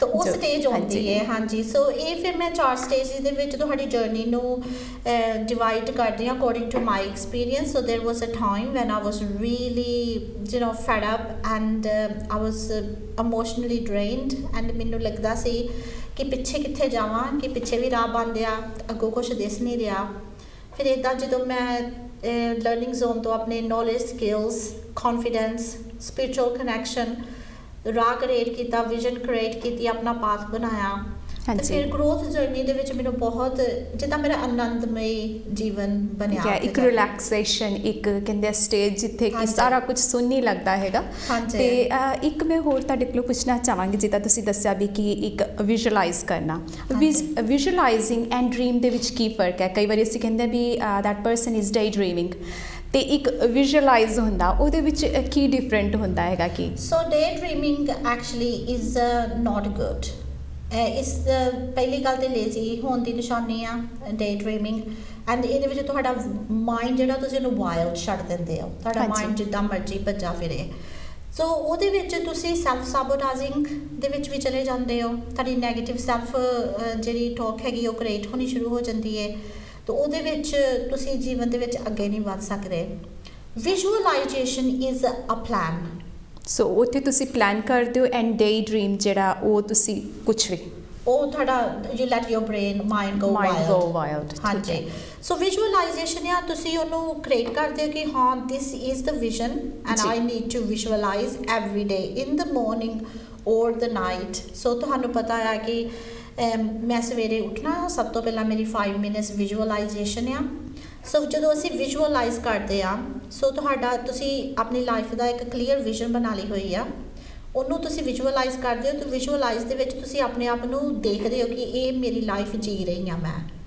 ਸੋ ਜਦੋਂ ਤੁਸੀਂ ਉਹ ਲਾਈਫ ਜੀ ਰਹੇ ਹੋ ਤੁਹਾਡੀ ਬੋਡੀ ਜਿਹੜੀ ਆ ਉਹ એનર્ਜੀ ਰਿਲੀਜ਼ ਕਰਦੀ ਆ then it becomes easier to attract more so ਇੱਥੇ ਆਪਾਂ law of attractions ਨੂੰ ਵੀ ਅਪਲਾਈ ਕਰ ਸਕਦੇ ਹਾਂ ਹਾਂਜੀ law of attraction ਕਾਫੀ ਅੱਜਕੱਲ we seeing lot of people ਜਿਹੜੇ law of attraction use ਕਰਦੇ ਆ ਪਰ ਕਈ ਲੋਕੀ ਇਹਦੇ ਅਗੇਂਸਟ ਵੀ ਹੋ ਜਾਂਦੇ ਆ so there is two type of people ਪਰ visualizing ਜਿਹੜਾ ਕਿ ਇੱਕ ਅਸੀਂ ਸੋਚੀਏ ਤੇ as a meditation ਵੀ ਲੋਕੀ use ਕਰਦੇ ਆ if you think about in the morning ਹਾਂਜੀ visualization ਹੈਗਾ ਕਿ ਸਵੇਰ ਵੇਲੇ ਅਸੀਂ ਉੱਠਦੇ ਆ ਕੋਈ ਪਾਠ ਕਰਦਾ ਕੋਈ ਨਮਾਜ਼ ਪੜ੍ਹਦਾ ਕੋਈ ਮੰਦਿਰ ਜਾਂਦਾ ਤੇ ਉਹਦੇ ਵਿੱਚ ਅਸੀਂ ਆਪਣੀ ਇੱਕ ਕ੍ਰੀਏਸ਼ਨ ਉਸ ਪਰਮਾਤਮਾ ਦੇ ਨਾਲ ਅਕਾਲ ਪੁਰਖ ਦੇ ਨਾਲ ਜੋੜਦੇ ਆ ਤੇ ਈਵਨਿੰਗ ਟਾਈਮ ਵੀ ਸੇਮ ਤੇ ਉਹ ਵੀ ਇੱਕ ਲਾਅ ਆਫ ਅਟਰੈਕਸ਼ਨ ਹੈ ਕਿ ਸਾਡਾ ਰਸਤਾ ਜਿਹੜਾ ਪਰਮਾਤਮਾ ਦੇ ਲਈ ਇੱਕ ਸਿੱਧਾ ਹੋ ਜਾਏ ਤੇ ਬਟ ਐਜ਼ ਯੂ ਸੇ ਜਿਹੜੇ ਡ੍ਰੀਮਸ ਨੇ is open plan basically open plan kitchen ਜਿੱਦਾਂ ਸਾਡੇ where is so ਇਹਦੇ ਵਿੱਚ ਇਹ ਤੁਸੀਂ ਜਿੱਦਾਂ ਦੱਸਿਆ ਵੀ ਬਹੁਤ ਜ਼ਿਆਦਾ ਜ਼ਰੂਰੀ ਹੈ ਕਿ ਜਦੋਂ ਵਿਜ਼ੂਅਲਾਈਜ਼ ਕਰਨਾ ਕੋਈ ਇੱਕ ਟਾਰਗੇਟ ਅਸੀਂ ਆਪਣਾ ਮੇਨ ਰੱਖੀਏ ਵੀ ਮੈਂ ਇਹ ਕਾਮਯਾਬੀ ਪ੍ਰਾਪਤ ਕਰਨੀ ਹੈ ਤੇ ਉਹਦੇ ਵਿੱਚ ਸਾਨੂੰ ਹੈਗਾ ਕਿ ਆਪਣੇ ਆਪ ਨੂੰ ਪੂਰਾ ਖੋਪ ਦੇਣਾ ਹਾਂਜੀ ਤੇ ਫਿਰ ਉਹ ਫੀਲ ਕਰੋ ਕਿ ਉਹ ਤੁਸੀਂ ਜੀਵਨ ਜੀ ਰਹੇ ਹੋ ਸੋ ਇਹ ਮਾਈਂਡਫੁਲ ਪ੍ਰੈਕਟਿਸ ਹੈਗੀ ਆ ਤੁਸੀਂ ਇਹ ਪ੍ਰੈਕਟਿਸ ਕੋਈ ਐਗਜ਼ਾਮਪਲ ਤੁਸੀਂ ਦੋਗੇ ਕਿ ਵੀ ਵਿਜ਼ੂਅਲਾਈਜ਼ ਮੰਨ ਲਓ ਕਿਸੇ ਦੇ ਕੋਲ ਮਨੀ ਨਹੀਂ ਹੈ ਜਾਂ ਕਿਸੇ ਕੋਲ ਲੈਕ ਆਫ ਲਵ ਹੈ ਅੱਜ ਕੱਲ੍ਹ ਸਟ੍ਰੈਸਫੁਲ ਪੀਰੀਅਡ ਹੈ ਜਾਂ ਸਟ੍ਰੈਸ ਤੋਂ ਰਿਲੀਫ ਹੋਣਾ ਵੀਲ ਟਾਕ ਅਬਾਊਟ ਸਟ੍ਰੈਸ ਸੋ ਜਿਹੜੀ ਸਟ੍ਰੈਸ ਤੋਂ ਰਿਲੀਫ ਹੋਣਾ ਆ ਇਹ ਵਿਜ਼ਨ ਨਹੀਂ ਹੈਗੀ ਹਾਂਜੀ ਦਿਸ ਇਜ਼ ਜਸਟ ਏਮ ਹੈਗਾ ਸੋ ਇਹਨੂੰ ਵਿਜ਼ੂਅਲਾਈਜ਼ ਅਸੀਂ ਕਰ ਸਕਦੇ ਹਾਂ ਦੈਟਸ ਜਸਟ ਅ ਫੀਲਿੰਗ ਸੋ ਮੈਂ ਵਿਜ਼ੂਅਲਾਈਜ਼ ਕਰਨ ਲਈ ਮੈਂ ਤੁਹਾਨੂੰ ਥੋੜਾ ਜਿਹਾ ਐਕਸਪਲੇਨ ਕਰਦੀ ਹਾਂ ਗੋਲਸ ਨੂੰ ਅੰਡਰਸਟੈਂਡ ਕਰੋ ਠੀਕ ਹੈ ਸੋ ਸਭ ਤੋਂ ਪਹਿਲਾਂ ਦੇਖੋ ਕਿ ਤੁਸੀਂ ਲਾਈਫ ਦੇ ਵਿੱਚ ਕਿੱਥੇ ਪਹੁੰਚਣਾ ਚਾਹੁੰਦੇ ਹੋ ਤਾਂ ਅੱਜ ਤੁਸੀਂ ਕਿੱਥੇ ਹੋ ਤੇ 10 ਸਾਲ ਬਾਅਦ ਤੁਸੀਂ ਕਿੱਥੇ ਚਾਹੁੰਦੇ ਹੋ ਆਪਣੇ ਆਪ ਨੂੰ ਜਦੋਂ ਤੁਸੀਂ 10 ਸਾਲ ਬਾਅਦ ਤੁਸੀਂ ਦੇਖ ਲਿਆ ਕਿ ਮੇਰੀ ਲਾਈਫ ਇੱਥੇ ਆ ਉਹ ਤੁਹਾਡਾ ਇੱਕ ਗੋਲ ਬਣ ਜਾਂਦਾ ਆ ਤੇ ਗੋਲ ਜਿਹੜਾ ਆ ਉਹ ਮੇਜਰੇਬਲ ਹੁੰਦਾ ਆ ਕਿ ਤੁਸੀਂ ਉਹਨੂੰ ਨਾਪ ਸਕਦੇ ਹੋ for example I want to be happy after 10 years is not a ਗੋਲ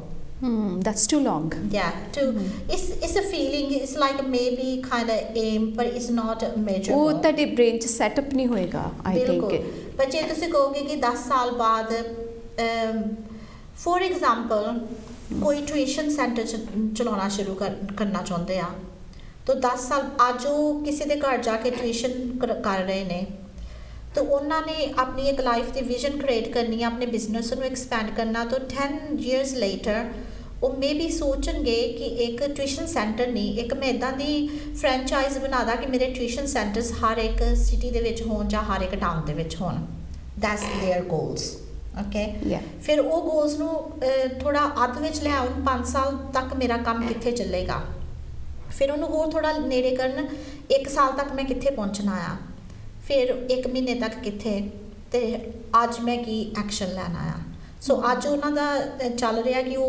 लोकां दे घरां दे विच जाके ट्यूशन पढ़ाउंदे आ पर नाउ हुण विजुअलाइज दे विच वो 10 साल दे लई विजुअलाइज कर रहे आ वो अखां बंद कर रहे आ 5 मिनट्स दे रहे आ वो देख रहे आ कि हाँ कि ये मेरा कंपनी दा नेम होगा उन्होंने इत्थे कंपनी दा नेम भी चूज़ कर लिया होगा तो देख रहे होगे केड़ा कलर होगा किद्दां मैं डोर खोलूँगा किद्दां मैं ऑफिस च बैठा होऊंगा जां मेरे किन्ने मैनेजर्स होणगे सो वो बैठ के फील कर रहे हैं लोग मेरे नाल किद्दां गल्लां कर रहे होगे मेरी किद्दां दी अपीयरेंस होगी किद्दां दा मेरा उस टाइम ते घर होगा सो विच लाइफ कोचिंग च असीं तुहानूं अगे लैके जांदे आ हाँ जी असीं ज़्यादा पिछे नहीं क्योंकि जिहड़ियां जड़ां तुहाड़ियां खुबियां होईयां जो तुसीं अगे नूं वधदे हो अपने आप ही ਜਿਹੜੀਆਂ ਪਿੱਛੇ ਅੜੀਆਂ ਹੋਈਆਂ ਆ ਤੁਹਾਡੀਆਂ ਆਪਣੇ ਆਪ ਠੀਕ ਹੋ ਉਹ ਪੁੱਲ ਆਊਟ ਹਾਂਜੀ ਗੱਠਾ ਖੁੱਲ ਜਾਂਦੀ ਆ ਬੇਸਿਕਲੀ ਜਿਹੜੀਆਂ ਤੁਹਾਡੀ ਹੈਗੀਆਂ ਹਾਂਜੀ so that's the vision so ਤੁਹਾਡੇ you got the big vision and you can say it's a dream life and then you sit 5 minutes early in the morning when you're on alpha state and visualize feel. What's the alpha state now? So your mind is a little bit active and a little bit slow happy to understand you and happy to reshape your mind so ਤੁਸੀਂ ਦੇਖ ਲਓ ਜਦੋਂ ਤੁਸੀਂ ਬਹੁਤ alert ਹੋ ਡੇ time ਉਦੋਂ ਤੁਹਾਡਾ mind ਜਿਹੜਾ ਉਹ ਤੁਹਾਨੂੰ ਇੰਨਾ ਸੁਣਨ ਲਈ ਤਿਆਰ ਨਹੀਂ ਉਦੋਂ ਤੁਸੀਂ ਸਬਕੌਂਸ਼ੀਅਸ ਜਿਹੜਾ ਪਲਾਨ ਕੀਤੀ ਤੁਹਾਡੀ ਲਾਈਫ ਪਲਾਨ ਹੋਈ ਹੈ ਉਹਦੇ ਨਾਲ ਚੱਲ ਰਹੀ ਹੈ ਪਰ ਤੁਸੀਂ ਸਵੇਰੇ ਆਪਣੀ ਲਾਈਫ ਨੂੰ ਰੀਸ਼ੇਪ ਦੇ ਸਕਦੇ ਆਪਣੇ ਸਬਕੌਂਸ਼ੀਅਸ ਮਾਈਂਡ ਨੂੰ So visualize ਦੇ ਨਾਲ ਕਿ it's just talking about it. So visualizing is creating this energy within you and helping you to move forward. ਜੋ ਤੁਸੀਂ that's the law of attraction. ਫਿਰ law of attraction ਤੋਂ ਬਹੁਤ people ਇਸ ਲਈ against ਹੈਗੇ ਆ because ਕੱਲਾ visualize ਕਰਕੇ ਤਾਂ ਕੁਝ ਹੋਣਾ ਨਹੀਂ. ਹਾਂਜੀ, that's what people think. ਤਾਂ ਕਰਕੇ ਉਹ ਸੋਚਦੇ ਆ ਵੀ ਅਸੀਂ visualize ਕਰਕੇ ਇਹ ਤੇ like a daydream ਹੋ ਗਿਆ. Daydream ਹੋ ਗਿਆ, ਹਾਂਜੀ. Yeah. So they keep falling into daydream. That's why I divided in different shade here. So daydreaming is different, visualization is different. You can't visualize until you set your goals, and then goals is measurable, specific. So ਤੁਸੀਂ ਆਪਣਾ action plan create ਕਰੋ and focus on your actions. So instead ਅਗਰ ਇੱਕ ਬੱਚਾ ਮੰਨ ਲਓ as we know COVID-19 the time ਚੱਲ ਰਿਹਾ and children's ਜਿਹੜੇ ਨੇ ਸਕੂਲਾਂ ਦੇ ਆਫ ਹੋਏ ਉਹਨਾਂ ਨੂੰ ਆਪਣੀ ਐਜੂਕੇਸ਼ਨ ਦੇ ਬਾਰੇ ਪਤਾ ਨਹੀਂ ਹੈ, ਕਈ GCSE ਕਰ ਰਹੇ ਹਨ, ਕਈ A level ਕਰ ਰਹੇ ਨੇ ਇਸ ਟਾਈਮ ਤੇ ਉਹਨਾਂ ਦੇ ਲਈ ਇੱਕ ਹੀ ਵਿਜ਼ੂਅਲਾਈਜ਼ ਕਰਨ ਕਿ that's suddenly it's a change for them children's ਲਈ ਅਗਰ ਉਹਨਾਂ ਨੇ ਆਪਣੀ ਲਾਈਫ ਕੋਚਿੰਗ ਦੇ ਵਿੱਚ ਕੁਝ ਅਗਰ ਸਟਾਰਟ ਕਰਨਾ ਹੈ ਮੋਰਨਿੰਗ ਟਾਈਮ ਜਾਂ ਕਹਿ ਲਓ ਈਵਨਿੰਗ ਟਾਈਮ ਥੋੜ੍ਹਾ ਬਹੁਤ ਕੁਝ ਉਹ ਕਰ ਸਕਣ ਤਾਂ ਕਿ ਆਉਣ ਵਾਲੇ ਟਾਈਮ ਦੇ ਵਿੱਚ ਜਦੋਂ ਉਹਨਾਂ ਦੇ GCSE ਜਾਂ A level ਦੇ ਐਗਜ਼ਾਮ ਹੁੰਦੇ ਆ ਤੇ ਉਸ ਟਾਈਮ ਤੇ ਉਹਨਾਂ ਦੀ ਮਦਦ ਹੋ ਸਕੇ ਕੁਝ ਇਹੋ ਜਿਹਾ ਤੁਸੀਂ ਉਹਨਾਂ ਦੇ ਬਾਰੇ ਦੱਸੋ. ਸੋ ਜਿਹੜੇ ਬੱਚੇ ਉਹ ਬਹੁਤ ਪਿਓਰ ਹੁੰਦੇ ਆ even they come to GCSE level. ਉਹਨਾਂ ਦੀ visualization is very powerful because at this age they think big and they're also working, they're also taking actions. So the kids at GCSE level, they have to learn how to release stress. So main purpose is to release stress. ਹਾਂਜੀ, ਜਿਹੜੀ heaviness overwhelming ਹੈਗੀ ਆ, they need to understand and they need to let go overwhelming. Because ਇਸ time ਦੇ ਵਿੱਚ as so many friends they used to have and they are just staying with their parents and ਇੱਕ limit ਦੇ time ਤੱਕ ਤੇ ਠੀਕ ਰਹਿੰਦਾ but after that you want to meet your friends and same Maninder ਇੱਦਾਂ ਜਾਂਦਾ ਕਿ ਜਿਹੜੇ ਸਾਡੇ ਬਜ਼ੁਰਗ ਲੋਕ ਨੇ ਉਹਨਾਂ ਦੇ ਲਈ ਵੀ ਬਹੁਤ ਹਾਰਡ ਹੁੰਦਾ ਹੈਗਾ ਕਿ they are staying and they don't know what to do. Meditation ਵੀ ਕਰਦੇ ਆ ਬਟ ਇੱਕ ਰਿਲੈਕਸੇਸ਼ਨ ਜਿਹੜਾ ਕਿ ਉਹ ਨਹੀਂ ਆਉਂਦਾ ਉਹਨਾਂ ਨੂੰ ਤੁਸੀਂ ਲਾਈਫ ਕੋਚਿੰਗ ਦੇ ਵਿੱਚ ਇੱਕ ਦੋ ਜਿਹੜੀ ਸਕਿੱਲ ਕੁਝ ਦੱਸਣਾ ਚਾਹੋ ਵੀ ਤੁਸੀਂ ਇਹ ਸਕਿੱਲਸ ਕਰ ਸਕਦੇ ਹੋ ਤੇ ਇਹਦੇ ਨਾਲ ਤੁਹਾਡੇ ਲਈ ਕਾਫੀ ਵਧੀਆ ਹੋ ਸਕਦਾ ਜਾਂ ਤੁਹਾਡੇ ਨਾਲ ਕਈ ਬੱਚੇ ਨਹੀਂ ਮਿਲਣ ਆਉਂਦੇ ਤੇ ਇਸ ਟਾਈਮ ਦੇ ਤਾਂ ਵੈਸੇ ਹੀ ਨਹੀਂ nobody is going to be see each other but ਜਿੱਦਾਂ ਕਹਿ ਲਓ ਵੀ ਉਹ ਕਿਸ ਤਰੀਕੇ ਦੇ ਨਾਲ ਆਪਣਾ ਕੁਝ ਇਹੋ ਜਿਹਾ ਐਟਮੋਸਫੇਅਰ ਕਰਨ ਕਿ ਜਿਨ੍ਹਾਂ ਦੇ ਨਾਲ ਉਹਨਾਂ ਦੇ ਜਿਹੜੇ ਬੱਚੇ ਬੋਲਦੇ ਨਹੀਂ ਹੈ ਉਹ ਉਹਨਾਂ ਨਾਲ ਬੋਲਣ ਲੱਗ ਜਾਣ ਔਰ something excitement happen in their life. So basically ਇਹਦੇ ਵਿੱਚ ਜਿਹੜਾ ਮੋਹ ਹੈਗਾ ਆ ਉਹਨੂੰ ਅੰਡਰਸਟੈਂਡ ਕਰਨਾ ਪੈਂਦਾ ਹੈਗਾ ਆ ਕਿਉਂਕਿ ਇੱਕ ਫੋਰਸ ਐਨਰਜੀ ਆ ਮੋਰ ਉਹਦੇ ਵਿੱਚ ਪੇਰੈਂਟਸ ਨੇ ਜਿੱਦਾਂ ਕਾਫੀ ਰਿਲੇਸ਼ਨਸ਼ਿਪ ਦੇ ਵਿੱਚ ਪ੍ਰੋਬਲਮਸ ਆ ਗਈ ਆ ਪੇਰੈਂਟਸ ਦੇ ਨਾਲ ਬਿਕੋਜ਼ ਉਹਨਾਂ ਦਾ ਜਿਹੜਾ ਕੰਟਰੋਲਿੰਗ ਜਿਹੜਾ ਫੋਰਸ ਬਿਹੇਵੀਅਰ ਆ towards kids is push them away.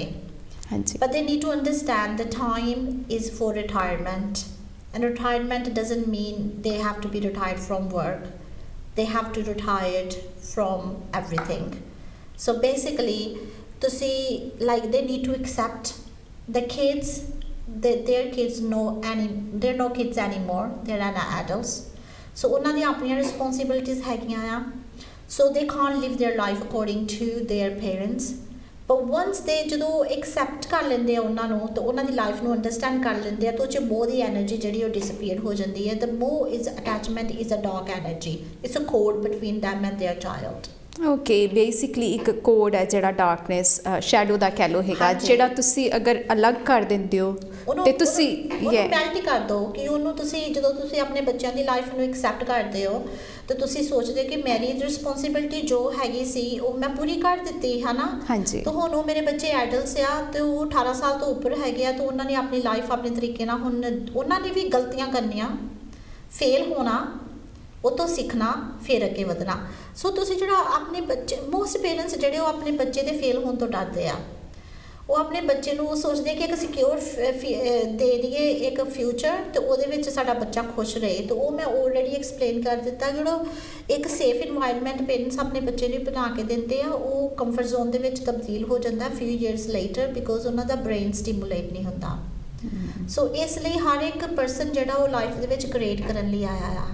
ਸੋ ਜਿਹੜੇ ਪੇਰੈਂਟਸ ਆ ਉਹ ਆਪਣੇ ਬੱਚੇ ਨੂੰ ਆਜ਼ਾਦ ਕਰ ਦੇਣਗੇ ਜਿੱਦਣ ਤਾਂ ਉਹ ਐਨਰਜੀ ਡਿਸਪੀਅਰ ਹੋ ਜਾਏਗੀ ਤਾਂ ਉਹ ਬੱਚਾ automatically compassion and love for parents they keep coming back.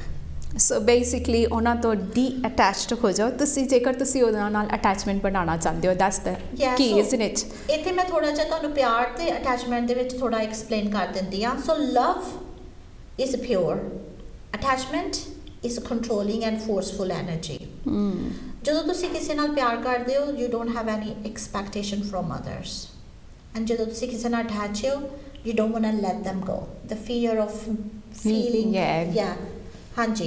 ਸੋ ਜਦੋਂ ਤੁਸੀਂ ਅਟੈਚਮੈਂਟ ਨੂੰ ਖਤਮ ਕਰ ਦਿੰਦੇ ਹੋ then love start rising up and start spreading the energy around you, and then you actually become a magnet to love, and then who doesn't want to love? People need love. Everybody needs love, so they will come to you for more love.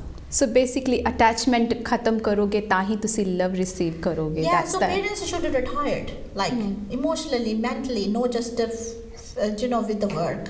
ਉਹਨਾਂ ਨੇ ਆਪਣਾ ਬੱਚਿਆਂ ਨੂੰ ਕੰਮ ਦਿੱਤਾ, ਜ਼ਰੂਰ ਬੱਚਿਆਂ ਨੂੰ ਰਿਸਪੌਂਸਿਬਿਲਿਟੀ ਵੀ ਹੁੰਦੇ ਦੈਨ ਸਾਰੇ, ਤੇ ਇਹ ਥੋੜਾ ਜਿਹਾ ਦੇਖਣ like sit down and watch what they're doing and just let them make mistake.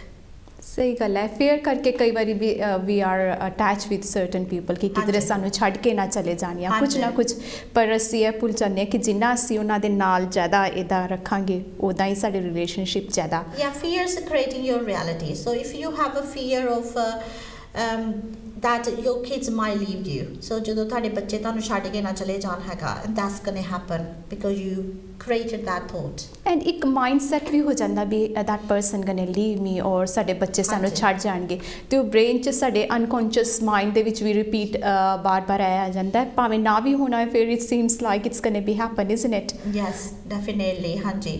ਸੋ ਇਹ ਇੱਕ ਬਹੁਤ ਵੱਡਾ ਡੀਪ ਟੌਪਿਕ ਹੈਗਾ ਆ। ਇਹਦੇ ਵਿੱਚ ਮੈਂ ਇਹੀ ਪੇਰੈਂਟਸ ਨੂੰ ਕਹੂੰਗੀ ਕਿ ਤੁਸੀਂ enjoy your old age, spend time like ਜਦੋਂ ਤੁਸੀਂ ਬੱਚਿਆਂ ਨੂੰ ਪਾਲ ਰਹੇ ਸੀ ਤੁਹਾਡਾ ਆਪਣੇ ਆਪ ਨੂੰ ਪੜ੍ਹਨ ਦਾ ਟਾਈਮ ਨਹੀਂ ਲੱਗਿਆ, ਉਹ ਟਾਈਮ ਹੁਣ ਕਰੋ, ਪਰਮਾਤਮਾ ਨਾਲ ਜੁੜੋ, ਤੇ ਬੱਚਿਆਂ ਨੂੰ ਮਿਸਟੇਕ ਕਰਨ ਦਿਓ, ਉਹਨਾਂ ਨੂੰ ਆਪਣੇ ਡਿਸੀਜ਼ਨ ਲੈਣ ਦਿਓ, ਬਲਕਿ ਉਹਨਾਂ ਨੂੰ ਥੋੜ੍ਹਾ ਸਪੋਰਟ ਕਰੋ ਇਹਦੇ ਵਿੱਚ ਇੰਡੀਪੈਂਡੈਂਟ ਬਣਨ ਦੇ ਲਈ। ਜੋ ਤੁਸੀਂ ਉਹਨਾਂ ਨੂੰ ਇੰਡੀਪੈਂਡੈਂਟ ਬਣਨ ਲਈ ਸਪੋਰਟ ਕਰੋਗੇ ਤਾਂ ਤੁਹਾਡੇ ਕੋਲ ਬਾਰ-ਬਾਰ ਇਹ ਇਨਫੋਰਮੇਸ਼ਨ ਤੇ ਐਡਵਾਈਸ ਲੈਣ ਆਉਣਗੇ, ਕਿਉਂਕਿ ਉਹ ਆਪਣੇ ਆਪ ਨੂੰ ਅਲਾਉ ਨਹੀਂ ਕਰਦੇ ਮਿਸਟੇਕ ਕਰਨ ਲਈ। ਕੋਈ ਵੀ ਨਹੀਂ ਆਪਣੇ ਆਪ ਨੂੰ ਅਲਾਉ ਕਰਦਾ ਮਿਸਟੇਕ ਕਰਨ ਲਈ, ਜਾਂ ਉਹਨਾਂ ਜੇ ਤੁਹਾਡੇ ਕੋਲ ਇਨਸਿਕਿਉਰਿਟੀ ਹੈਗੀ ਤਾਂ ਉਹਨਾਂ ਦੇ ਕੋਲ ਵੀ ਹੈਗੀ ਆ, ਪਰ ਉਹਨਾਂ ਨੂੰ ਗਾਈਡ ਕਰੋ। ਕੋਈ ਗੱਲ ਨਹੀਂ, ਜਿਹੜੀ ਵੀ ਆਪਾਂ ਜੇ ਥੱਲੇ ਜਾਂਦੇ ਹਾਂ ਉਹ ਤੋਂ ਲਰਨ ਕਰਦੇ ਹਾਂ, ਫਿਰ ਆਪਾਂ ਹੋਰ ਬਾਊਂਸ ਬੈਕ ਕਰਦੇ ਹਾਂ ਲਾਈਫ ਦੇ ਵਿੱਚ।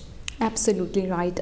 ਮਨਿੰਦਰ, ਇੱਕ ਟਾਈਮ ਸੀਗਾ ਵੀ ਸਾਡੇ ਜਿਹੜੀ ਏਸ਼ੀਅਨ ਜ਼ਿਆਦਾਤਰ ਦੇਖਿਆ ਜਾਂਦਾ ਹੈਗਾ ਕਿ mainly they want their childrens to be doctor and ਵਕੀਲ ਹੋਣ, ਹੋਰ ਕੋਈ ਕੈਰੀਅਰ ਨਾ ਹੋਏ। So that was the time. ਆਈ ਮੀਨ ਹੁਣ there is lot of people changing, ਪਰ ਹੈਗਾ ਕਿ ਐਕਸਪੈਕਟੇਸ਼ਨ ਸਾਡੀ ਹਮੇਸ਼ਾ ਰਹਿੰਦੀ ਕਿ ਸਾਡੇ ਬੱਚੇ ਬਹੁਤ ਜ਼ਿਆਦਾ ਅਚੀਵ ਕਰਨ, ਪਰ ਅਸੀਂ ਇਹ ਭੁੱਲ ਜਾਂਦੇ ਹਾਂ ਕਿ ਅਸੀਂ ਆਪਣੀ ਲਾਈਫ 'ਚ ਕੀ ਅਚੀਵ ਕੀਤਾ। ਹਾਂਜੀ। ਸਮ ਟਾਈਮ ਇੱਕ ਛੋਟੇ ਦਾਇਰੇ ਦੇ ਵਿੱਚ ਕੋਈ ਕੰਮ ਕਰ ਰਿਹਾ, but they want their child to be really ਇੱਕ ਵਧੀਆ ਜਿਹੀ ਗੱਡੀ ਹੋਏ ਐਂਡ ਡਾਕਟਰ ਹੋਏ, ਤੇ ਐਕਸਪੈਕਟੇਸ਼ਨ ਇਹ ਵੀ ਹੁੰਦੀ ਹੈ ਵਿਆਹ ਵੀ ਚੰਗੇ ਘਰ ਹੋਏ। ਹਾਂਜੀ। ਸੋ ਇਹ ਸਾਰੀ ਐਕਸਪੈਕਟੇਸ਼ਨ ਅਸੀਂ ਇਹ ਭੁੱਲ ਜਾਂਦੇ ਹਾਂ ਕਿ ਅਸੀਂ ਉਹਨਾਂ ਦੇ ਬਾਰੇ ਸੋਚ ਰਹੇ ਹਾਂ, ਉਹ ਕੀ ਸੋਚਦੇ ਆ ਕਦੀ ਅਸੀਂ ਸੋਚਣਾ ਹੀ ਭੁੱਲ ਜਾਂਦੇ ਹੈਗੇ। So basically we want them to fill our gap, ਜਿਹੜੀ ਸਾਡੇ ਕੋਲ ਮਿਸਿੰਗ ਚੀਜ਼ ਰਹਿ ਗਈ ਹੈ, ਅਸੀਂ ਸੋਚ ਰਹੇ ਉਹ, ਐਂਡ ਅਸੀਂ ਇਹ ਕਿਉਂ ਸੋਚ ਰਹੇ ਹਾਂ ਬਿਕੋਜ਼ ਗੈਪ ਜਿਹੜਾ ਉਹ ਇਹ ਮਟੀਰੀਅਲ ਚੀਜ਼ਾਂ ਦੇ ਨਾਲ ਨਹੀਂ ਫਿਲ ਹੋਣਾ ਸੀ। ਗੈਪ ਜਿਹੜੀ ਲਾਈਫ ਆ ਉਹ ਆਪਣੇ ਆਪ ਨੂੰ ਐਕਸੈਪਟ ਕਰਕੇ, ਆਪਣੀ ਰਿਸਪੈਕਟ ਕਰਕੇ, ਆਪਣੇ ਆਪ ਨੂੰ ਲਵ ਕਰਕੇ, ਆਪਣੇ ਆਪ ਦੀਆਂ ਵੈਲਿਊਜ਼ ਨੂੰ ਅੰਡਰਸਟੈਂਡ ਕਰਕੇ, ਆਪਣੇ ਲਿਮਿਟਡ ਜਿਹੜੇ ਬਲੀਫ ਸੀ ਉਹਨੂੰ ਰੀਕ੍ਰੀਏਟ ਕਰਕੇ ਫਿਰ ਉਹ ਗੈਪ ਕੰਪਲੀਟ ਹੋਣਾ ਸੀ। ਸੋ ਬੇਸਿਕਲੀ ਅਸੀਂ ਉਹ ਗੈਪ, ਜਿੱਦਾਂ ਪੇਰੈਂਟਸ ਨੇ ਉਹ ਗੈਪ ਕੰਪਲੀਟ ਨਹੀਂ ਕੀਤਾ ਹੈਗਾ, ਐਂਡ ਨਾਓ ਦੇ ਥਿੰਕਿੰਗ ਸਾਡੇ ਕੋਲ ਤਾਂ ਗੈਪ ਕੰਪਲੀਟ ਨਹੀਂ ਹੋਇਆ ਤੇ ਮੇ ਬੀ ਮੇਰਾ ਬੱਚਾ ਡਾਕਟਰ ਵਕੀਲ ਜਾਂ ਇੱਦਾਂ ਬਣ ਜਾਏਗਾ ਤਾਂ ਉਹ ਸਾਡਾ ਜਿਹੜਾ ਗੈਪ ਉਹ ਖਤਮ ਹੋ ਜਾਏਗਾ, ਪਰ ਐਕਚੁਅਲੀ ਉਹ ਗੈਪ ਫਿਰ ਵੀ ਨਹੀਂ ਖਤਮ ਹੋਣਾ because money can't fill the gap.